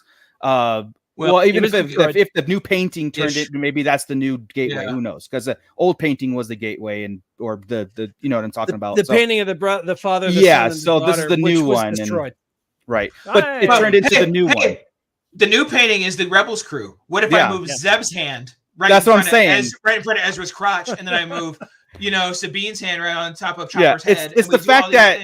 It's the fact that that ability exists in Star Wars. I think that's what bugs people. It does. It does. I agree with you. Beautiful, all that stuff. But it's that but they can find a way. If they found one way, they can find another way. We're just assuming this is the only access point. Yeah. They could, but I don't think Dave Filoni or Jon Favreau are the ones that would do something like that. I think they think of Star Wars as sacred, and I don't think Super. I think that But the next temple dude was destroyed. come in. The next dude. The next dude. Dave is Filoni's not going to smart. be in charge. Kathleen Kennedy's Wow. going to retire someday, and Dave Filoni's going to be put in charge of everything. And when he's the same age as us. When he's gone, we don't have to worry about it. Actually, I We're don't care going after to- that point. Yeah. Right? It's like Do what Ah. you will. Man, Yeah. I'm telling Iger's coming. Iger's gonna tell them all, nope, yeah, reset it. seriously. Nobody likes Reset this it, shit. yeah. Redo it. Except for the fact that the only shit that people don't like are 8 and Yeah, I 9. know. That's it. Pretty much. Everybody bitches about Star Wars, and their only complaint is 8 and 9. Everything else, the other 40 hours of content, has been pretty glorious. Yeah, it's pretty Other good. than a few couch surfers saying, "Oh, it's terrible writing." Well, Okay, because you didn't see that coming since the Clone Wars. Boba Fett Dumbasses. Boba Fett has some Vespas. I mean, there are some issues in that show. Boba Again- Fett had some Vespas, but at the Again, same time, he also know. had some, Ossus and Luke Skywalker, and It's like a really He rode a cool bicycle. Rancor. It's like a really cool bicycle with an ugly seat. That's what Boba Fett is. Like, the ugly seat is the Vespas, but the cool Yeah. bike is really cool. You know what I mean? Like there's just still some Yeah. cool things about that bike. No, man. Which we're not used to. We're used to Star Wars. I mean, besides prequels on visually, like on paper, it's perfect. On visually, it's but we're Yeah. used to. Like, we want Star Wars to be a great looking bicycle, all the time. head to toe. Stop messing We don't. around. Just make it Yeah, good. don't tell me that there's room for a ugly seat. You know what I mean? I don't want an ugly seat. But we anyway, want it to be Pee Wee Herman's bike the whole time. We don't want it don't to too be. soon. Oh, what a Sorry, jerk. sorry. Okay, so yeah, that's in Rebels. Ahsoka really grew and became a character that I actually loved, and to me, like I said, more Jedi than Jedi. Period. That's it. You know, and then we get to the live action Ahsoka from Book of Fett to Mandalorian. And I haven't even touched Tales of Jedi yet, but I'll get there in a second. But the live action stuff just really solidified, like, okay, to me, I'm just like, I'm all in.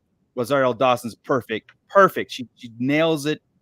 Yeah. Everything about Ahsoka. And from what we've seen in the trailers coming out, it just like, I think we're in for a really, really cool ride. And I think it's still going to, it's really going to solidify again, the live action Ahsoka is going to be like, put that exclamation point on it, like, boom. Perfect. Let's just make sure she's the greatest. Period. Yeah. That's what Filoni's doing. That's his baby, man. He's Exactly. making sure she rides off into the sunset when he's done with her. Let's And go, man. Yeah. He's not let's not go. gonna mess with her, put her down a path that'll screw her up. He's Yeah. gonna make her nothing but the hero and the one that everybody turns to. She's gonna Exactly, be the Luke we wanted in the Luke people think we wanted. I agree. No, I Agreed. agree with that, man. And like I said, it doesn't always have to be our legendary characters that do that stuff that we want, like the floating rocks and all that stuff, right? I just watched Kenobi again, like not too long ago, and that whole him flinging the rocks was to cool. Vader. That was written in the as Rey supposed to be doing that, but it's like, okay, we got that awesome scene, but we got Obi-Wan doing it. You know what I mean? So, it's freaking awesome. Go back and watch Kenobi for that aspect alone, just for that fight alone. I It's so love perfect. that. The fight. final episode. Yeah, the final episode. Basically, you can skip over everything else. No, Episode 3 and 6. That's it. Episode 3 and 6 is good.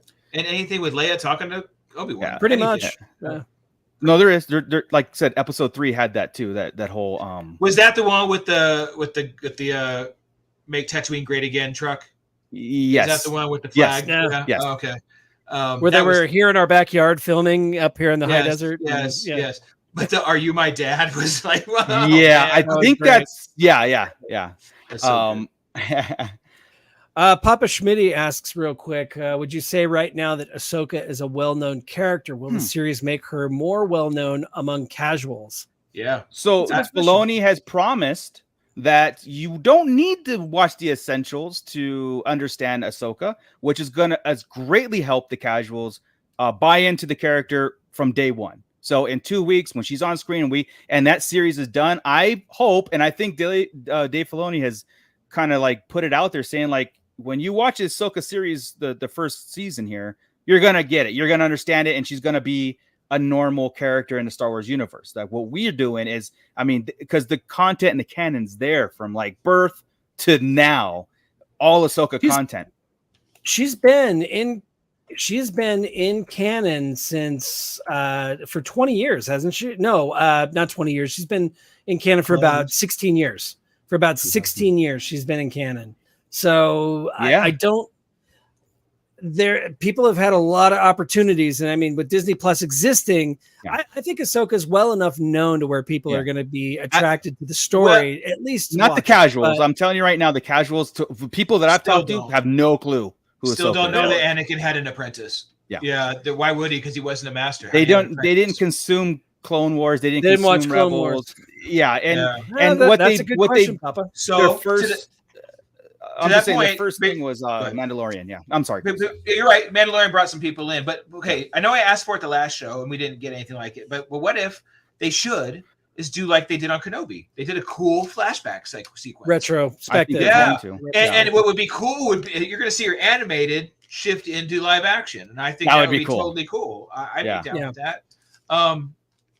I mean, unless the other thing they do would be turn all the flashbacks into live action for that. That would be cool too. it would be so much money for that. It was 4 minutes. That'd be half their budget right there. Yeah, honestly, God, dude. But it would be cool.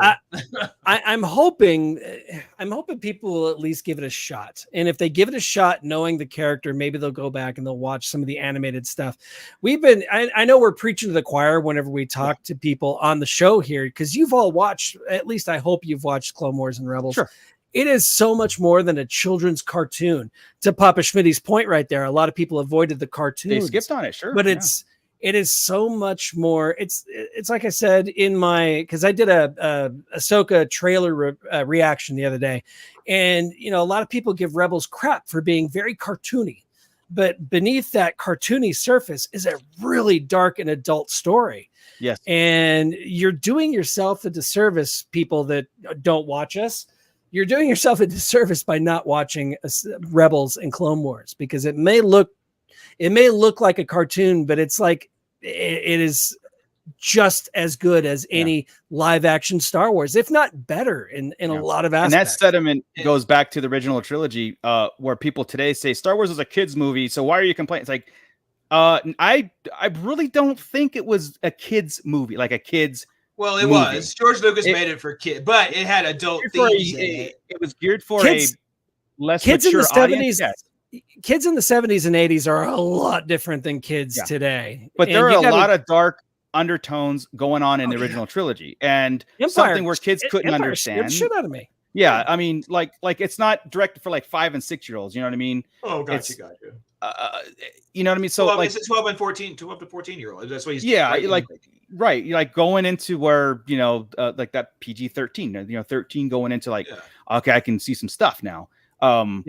Where having an animated feel to it turned a lot of people off on. I get it, but the ones who did consume it really consumed it and really like loved it, and like said the Darth Maul stuff, like Solo did itself a disservice by not continuing that for the casuals, muggles, if you will, whatever. It's like because they dropped it and people are going like, because I had people saying, right, he died, he's dead, and I'm like, God damn, here we go. The ones who don't consume podcasts and don't consume. Let me tell you a story. Stuff.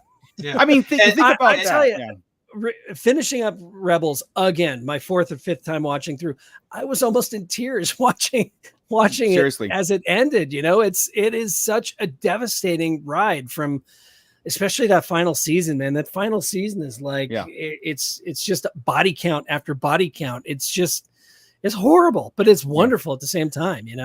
It's fantastic, dude. It really puts Star Wars in perspective, especially Kanan. And that whole Kanan, Ezra, and then Ezra going off and then finding the Loth Wolves, and it's like, wow. It really epitomized Ezra's final move. It was the mirrored Kanan's final move, and just that whole what he says, "May the Force be with you always." It's just it's great, man. It's great. I'm gonna stop talking before I fill up here. It's so weird because he left on such a hero's note, and he's gonna turn bad. That's what I'm saying. I don't want him to turn bad. Damn it! But he can't turn bad if he's dead. But again, he left on a villainous note after 2 and came back as a hero in 3 for no reason. Another redemption. It's gonna be the opposite. No, it's going to be different because it's not going to be a redemption so much. It's not going to be full dark side. He's just going to see Thrawn's point. And he was never full dark side either. He was just tempted by the dark side. He never went full dark side. He utilized his anger to help Maul in a couple of instances in that final episode of season 2. Right. But he never went full dark side. He rejected it pretty quickly. After, they did when he got caught. Yeah, when he open that. After he got caught, Kanan walked in the door and he sees his back turned. What are you doing? Like, what are you doing? Nothing. Just washing my hands. Yeah. What are you watching? Nothing. When he Star Wars. When he opened the Sith holocron, didn't Kanan say a Jedi can't do that? Something to that point. So I mean, it was close. It was already he open. was on the verge. It had already been opened. Darth Maul had opened it, so it had already been opened. I don't. Yeah, he was pretty close though. He was pretty close.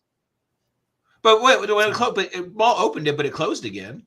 I mean, you have to open it each time, right? Yeah, he was shown the way to open it. It's not like he was tapping into anger, but he never went dark side. He never went full dark side.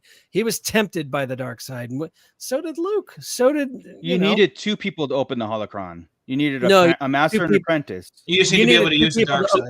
The temple. You needed 2 people to open up the Sith temple, just like you needed 2 to open the Jedi temple. Yeah. But only use the dark side to open up the Papa Schmitty.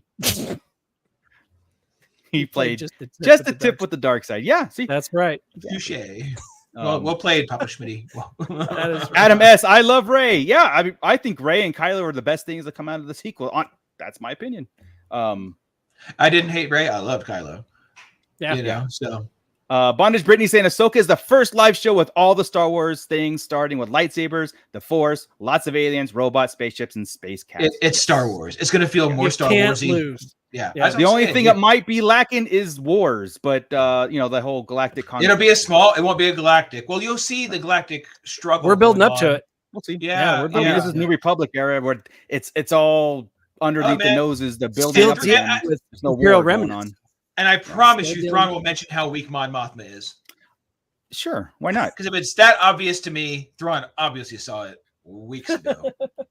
I think you should be pointing the fingers at the New Republic, not just her. Like, she's not the end all be all of the New Republic. No, she's not. She's got a lot of bureaucratic stuff and all. She got Imperial remnants to deal with. It's not just her. I think she's been in charge of this thing for 20 years. What kind of rules she was a villain. Not in charge of it. In Endor, she's not in charge of it. She was running a terrorist organization, and now she runs the galaxy. You know what that is? Come on, dude. That was a hostile. She ran it like a democracy.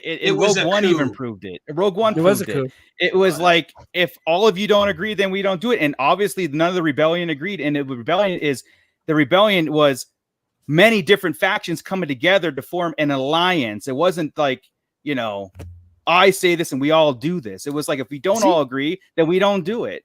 And that's is he mansplaining Star Wars to you? What is happening right here? I started zoning out. I'm looking at my. I have to. I mean, you guys are, like I said, oversimplifying. The most. Mon Mothma's bullshit. No, there's no oversimplifying. She's crap. You just don't like Andor. That's cool, and that's cool. Whatever. It's not your thing because it doesn't have lightsabers. Very sad, but because it moved at 30 miles an hour when everything should be moving at 60. That's your opinion. Get out of the fast lane. That's move over to the right. Chris's certain point of view. Damn straight. I will agree with Darth Moocher in this point that Andor worked for me. So it was great, man. Season 2 is going to really be cool. It was if it ever gets made. Yeah. It was it was just overly pumped up. No, I overly pumped it up. Okay, I did it. I overly pumped it up, but it ain't the bees. And I was correct. No, it's okay. God, it's not. Gotta look at it like Star Wars as a bubble. I just want Ahsoka to be the greatest one. I'm going to make you two do what my dad used to do to my sister and I when we argued, and that is make you sit on the couch and hold hands until you stop. Paper, scissors, lizard, Spock.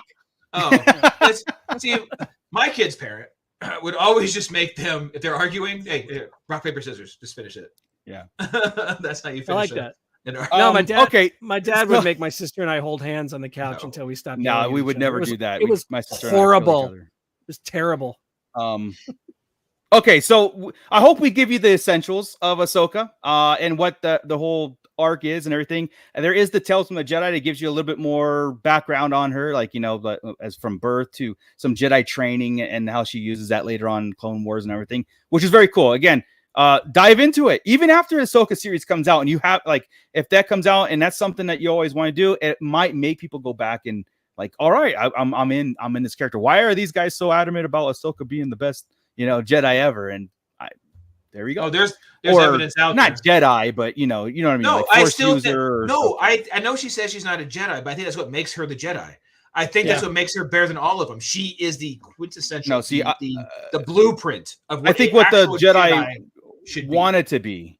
Yes, but before they got Yodaized. After the whatever happened in the High Republic that we end up finding out, whatever changed, when Yoda decided to change it to his dogmatic view. Well, that's what but you call it Jedi after that. You know what I'm saying? Yeah. Like, because Jedis follow rules, and if those rules are not there anymore, you don't call it Jedi anymore. It's something else. That's I don't agree there. I think it just loses its way and can come back. And I think they lost its way because Yoda. Those rules weren't there in the High Republic. Right? Those were something happened, and Yoda had to change some stuff, and he changed probably between Avar Kriss and Elzar Mann. Right, and something's happening there, and it's going to cause a big destruction, and the galaxy is going to go into turmoil a little bit. Right, so there's going to be some kind of big end to that, and Yoda's going to realize he has to create these rules. So if they need to let's regroup, restructure. So we're going to realize eventually this whole thing was Yoda's downfall. I think we're going to realize how much of a fault this was of Yoda. Wouldn't that kill it? Like, you're like, man, no wonder he was on Dagobah, like just feeling sad for exile because I can't show my face at any bar. And my fault. All of this is. Yeah, that's kind of how he's going to feel. And he wasn't strong enough to take out Palpatine. You know, all these things. It's going to be him. And it's interesting. Yeah. All sorts of crazy shit coming out of my I don't want to think that. I like Yoda. I don't want to think that of Yoda. That's I don't either. But I could also see that I would see it as a cool story. Yeah, but because he learned from it, right? But the fans, the internet, half the fans, sure, right? Would be like, there you go, take another legacy character and making him tragic. You know Luke, why, Chris? Kenobi, Yoda would all be tragic characters of the Jedi Order. But you know why why the internet would explode is because you would have to take in the accounts of the sequels of what Yoda did in the sequels, and you would have to put that in, and they don't want to do that, and that's why you know what I'm saying, because that's. We can go, oh yeah, that's like if Yoda's the one who said, yeah, you know, wrong we were. Yeah. For thousands of years we were wrong, but from this point on, the Jedi are this. It was Yoda for like 150 years, and that's what effed it up. That's what I'm telling you. Watch. It's gonna be neat. I think that's what we're gonna see, just because the way it's playing out. They don't have those rules. We don't all read the High Republic stuff completely, but I know we've all read it enough to know the rules are different. Yeah. So, and there is an attachment, there is a relationship between Avar and Elzar Mann, and it's there's some bizarre triangle happening there with some of them. And in the current series too, there's weird conversations about relationships and stuff that don't feel Jedi like at all. Right. I know you guys haven't read the new books, but the new books are I actually opened Audible today to just pick a book, and I saw that I was only a quarter of the way through the last High Republic book, and I'm like, oh shit, I forgot about that. Did I start it? No, I am not interested at all in what is happening. We go into each of those books with a good intent. Each one of them. Yeah. And I know you were ready for that one. You're like, I got to get back on track. Yeah. You were ready to go there. Yeah. And you were talking about it, right, as you were doing it. And then it just died, right? Same thing with this last book has been horrible. Yeah. The first book was like, okay, I see where this is going. Yeah. The second book is like, I feel like I know where this is headed, and I just don't give a shit. I don't. I mean, I know that. Yeah, exactly. That's another. So next week, and then the sideshow after that, and then we got like 4 different episodes set up. That's right. We do have some episodes set up, maybe some hot topics or something. I mean, get into like a little bit of a debate here on Mon Mothma. So, we need to do it because you're absolutely wrong. Yeah, I'm not. I'm gonna start pronouncing it non-Mothma because she's non. You could do whatever you want, but it's all there. It's all there in black and white, and you know. Have we talked at all about Ahsoka's schedule, the schedule of the episodes? All I know is that the first 2 are dropping the 14th. or the 23rd, and then the week 23rd, after. yeah. Then every week 8 episodes. Yeah, so and 2 of those weeks, so those episodes 4 or 5 and 6, that better not be big Thrawn's big episodes. Yeah. Yeah. So episodes 1 and 2 on August 23rd, episode 3 on August 30th, episode 4 on September 6th, episode 5 on September 13th, episode 6 September 20th, 7 on the 27th, and episode 8 on October 4th. And then we cry. But And then episodes we weep. Rumored runtime is an hour 32 for both episodes. So Each, yeah. together, right? Oh, together. Each? No, combined. together. Together. Combined. You're right, Combined. that's right. Okay. Don't tease me like that. I'm definitely staying up for midnight watching it. I sleep. I can give a shit about sleep. I swear I can't not. If with Ahsoka, I mean, I've got a freaking Ahsoka tattoo on my arm. I mean, there's no way I can't stay up and watch. Exactly. And I won't be able to sleep because I will be calling people. Don't answer. Just don't answer, guys. Just beware. I will be calling you. And if you don't want me to, just don't answer the phone. You won't hurt my feelings, but I gotta talk to somebody. So I'll be up. I might fall asleep on the couch during it because it just happens at 1 o'clock in the morning. Sure. You know. Yeah. Guys. So I'm excited. So we have one more show before before Ahsoka, 14 days away. So we'll muster up what we're going to talk about, probably hyping stuff up more next week on Ahsoka, and then whatever else drops in our laps. We'll see. Right now, I'm done watching things. I just want it. Right. I'm done. I stopped this time. Usually I'm all up in the rumors, the things. Yeah. I have avoided the heck out of it. That second TV spot is when I stop. I mean, you know what? I don't want this anymore because I started to read something real quick, and I'm wait, and I can't. You know what's cool? I can't remember what it was that I read. That's cool. Now, I'm like, what did I read? Yeah, because you're usually the spoiler guy. You're the guy that I try to avoid conversations with whenever. No, yeah.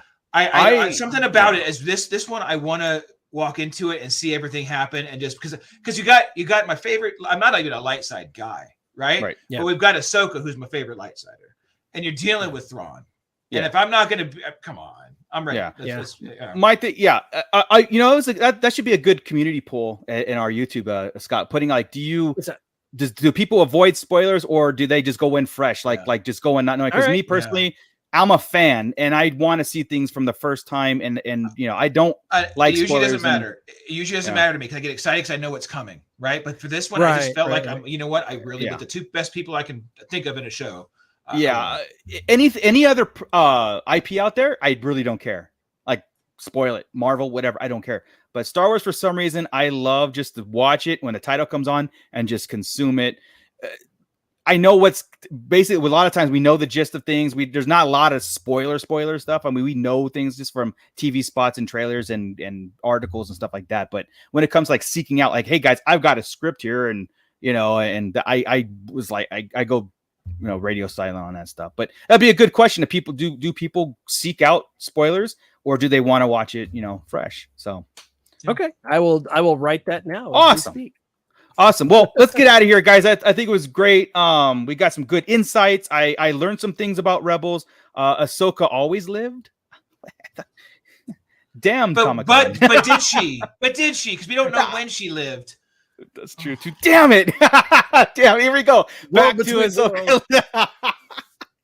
This is what I love about doing this show and talking and stuff, is because it's like it's a conversation that we can have a billion times and still get insight and everything. I don't think I'm going to change Chris's mind on Mon Mothma, and that's fine. I don't need to because again, it's only been the last 6 months where I've had this serious distaste for her.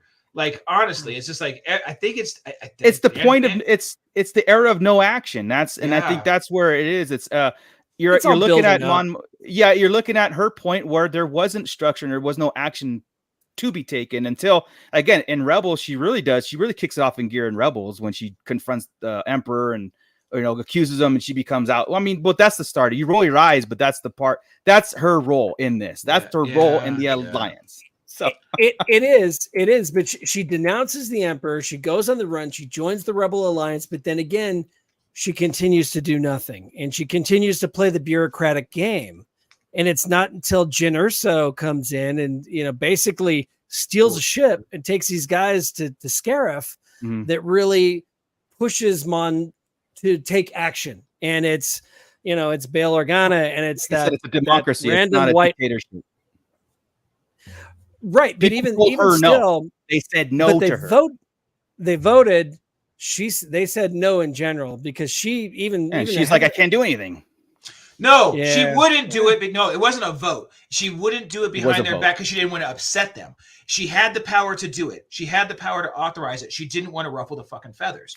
That's the problem. She's the leader of a resistance, a rebellion, trying to take over the empire. She has no cojones, literally or figuratively. But you don't have structure if you don't have structure. You know what I mean? You can have structure and without demilitarizing after you win too. So you're saying this on here. You're saying this because you know the outcome. Of course, if she went in there and they lost that entire fleet, Radiss's group all lost that fleet and everything, the entire alliance would have, completely evaporated at that point. And I'm saying that knowing the outcome too, though. That's the whole thing. I'm saying that was their one shot. That was their one shot, man. They needed the plan, and it worked. But she, she did allow that side group to go do her thing. She had. They'd already left. What was she going to do? She didn't allow them to do anything. She could have stopped them. You know what? Her inaction ground all flights. Anyway, guys, you guys go. That's cute. We'll figure this out because they're not right on this. Now let's demilitarize. Let's go. I've been in charge for 3 years. We just had another big battle. That's 3 years after. I'm talking Mon Mothma during the OT. I'm not the stuff post. I disagree with her completely. I think the New Republic is horrible. Even as a kid, I thought Akbar should have been in charge. Well, Akbar's dead. So's Mon, you son of a bitch. You know what? I'm really hoping Holdo takes over in Ahsoka. That's what we're gonna have is a hostile takeover. Yeah, hostile takeover. All right, guys. Thank you everybody in the pit. Thank you guys for showing up here and doing this thing. We'll see you next week. Let's just do a quick outro here real fast. Scott, you want to take it out? You take it away? And sure. Let me stop what I'm doing here. Hey, thank you everybody for joining us tonight. I swear to God, it's a holocron. I swear. Washing my holocron. What's dirtier, washing a holocron? Or anyway. So once again, thank you for joining us. Don't forget every Wednesday night, 8 p.m. youtube.com/Sarlacc Digest. You know this. You're watching this right now. Maybe you're not. Maybe you're listening to us. Jump in on youtube.com/Sarlacc Digest podcast and watch. We're going to start on the 23rd with our day of reviews of every episode of Ahsoka. So get up in the morning, watch the show, join us at 8 p.m. because we're going to spoil the you-know-what out of it, and no holds barred. We're not holding back, okay? So if you haven't watched this, it is a spoiler cast. And don't you dare skip us because we know we're watching. We see you. That's right. We see what you're doing right now. That's right. You, I've Gordon. I see what you're doing, Gordon. You three people. Yeah, that's right. Especially Gordon. We know exactly where he lives. Especially Gordon. I see Brady down a Target. And Adam and Gordon. Oh, a magic mirror. Oh. Anyway, if you would be so kind, please join us next week as we talk about whatever it is we're going to talk about. We haven't figured it out. We had a plan, but I think we threw that plan out the window today because we were going to talk some essential Ahsoka episodes. Kind of covered that. In the meantime, yeah, go ahead. The answer is yes, Bond Brittany. Did anybody watch the Baby Jedi show? Is it better than Resistance? Yes. It is. Yes. It is better than Resistance. I just sent my niece a whole set of the figures. Nice, dude. Just sent them off today. Yeah. Very nice. Yeah. It actually, I've watched several episodes and it is actually much better than Resistance. New episodes dropped, I think today or a new batch. It's cute. You know, there's a little furry Ewok looking guy with a lightsaber. What's not to love? No, it's just better than Resistance. Let's just put it that way. Okay, it's better than Resistance. Anything's better than Resistance. It's not that great. It's better than Resistance. Empire or Young Jedi Adventures? Where are we at? Come on. I mean, in the grand scheme of things, I might still watch it before I watch Attack of the Clones again. I knew you were going to say, wow, dude, here's the thing again. You're wrong on that. But anyway. Well, thank you there. This is our last show as a team. Ouch. I'm being, I'm going down in a blaze of glory. I'm taking everything. Anyway. don't even remember what I was saying. Please join us on all of our social medias. We've got the Sarlacc Digest Central, which is probably also going to go through an overhaul coming up here on the 23rd. So stay tuned to that. Also, Sarlacc Digest on YouTube. Of course, I already said that. TikTok, Instagram, Twitter, or X, or whatever the hell it's called now. I don't know what White Grand Admiral Thrawn is doing right now on X, but you know, whatever. Yeah, I say hi to people sometimes. Do you? I do. Anyway. Then they start talking, and then they're all nasty, and I'm like, ooh, this is a gross place. I don't feel safe on the internet. When you talk to people and they talk back, I feel safe here in the Sarlacc pit. I'm okay. Mostly until you start talking about Mon Mothma, and then, you know. Or Attack of the Clones, and then I'm either way. And I'm this like, guy starts going off. They don't love my stuff, man. They're all jerks. Well, okay, I don't like Mon Mothma. He doesn't like clones. Whatever. Also, patreon.com/Sarlacc Digest Podcast. Please log on there. Donate a couple of bucks. We need it. We could use it. We appreciate you. Also, don't forget to, Wampa Stomp. Haven't done this in a minute. Wampa Stomp. Ooh, where did Chris go? Wampa Stomp that like button down below. Also hit the bells for notifications. There he is. And make sure you don't miss an episode, even though Adam almost missed us today, even though he has hit that bell notification. Just remember, Wednesdays at 8 p.m., you'll find us. Am I missing anything? Nope. Oh, that's adorable. Check out the Fallen Fett on the Fallen Fett Chronicles. Also follow Fallen Fett on his Instagram. We've got Tashi Station Emporium, who is our sponsor. You said I had covered everything. Look at this. This amazing Star Wars styled wall right here that's covered in cat fur. I don't even have one of those. Check it out. That is awesome right there. That is Tashi Station Emporium. And if you use Sarlacc Digest in checkout, you get 10% off of your order from TashiStationEmporium.com. Also, follow him, Tashi Station Emporium. That's this guy over here. Follow him on Instagram. He just released a spoiler. He's not really into spoilers, he says, but then he likes to tease everybody with these teasers of what's coming. There could very well be a giant play set that if you have a 3D printer, you could print yourself, and I cannot wait. Damn it. So that's it. Sarlacc Digest Podcast, 8 p.m. Wednesdays, Tashi Station Emporium, every day of your life for all your action figure needs. Grand Admiral Franz is here below us right here, taking care of the Twitters on occasion. And I'm Scott Solo. You'll find me on TikTok doing 1 minute toy reviews, also our YouTube shorts with, toy reviews every day of your life, whether you like it or not. I'm dropping into your, sliding into your DMs. Sliding into your DMs. I'm just here to take up space on Wednesday. You had an extra square, and the guys don't show up, so I was like, I'm just going to jump in. Otherwise, no, we need your insight. We absolutely need your insight. I'm messing around. I know you'd be lost, dude. Mon Mothma loving, Attack of the Clones hating mother. Yeah, that's exactly what I said. That's exactly. Otherwise, who would be the moral compass of this crew? Beeping. That's me. I'm actually the moral compass. Yeah, probably Scott. Because I'd derail this thing. I derailed this thing big time. I admit it. And it'd be Moocher Zero on up in here. He's like, you know what I read? This is confirmed. Yeah. We should play our end credits and then just keep going. Yeah. Afterwards, everybody that wants to hang out. Yeah, see if we're still here. Yeah. Just play it and see. All right, guys. Well, again, thank you very much. We'll see you next week. Hit that like button, subscribe if you haven't so. And Scott, keep it nerdy, everybody. And just wait. Are we going to come back after the credits? Probably not. No, probably not. Post-credit scene. I'm just deleting post-credit scene. Crazy. This is Grand Admiral Thrawn. You are listening to the Sarlacc Digest. What a fascinating play on words.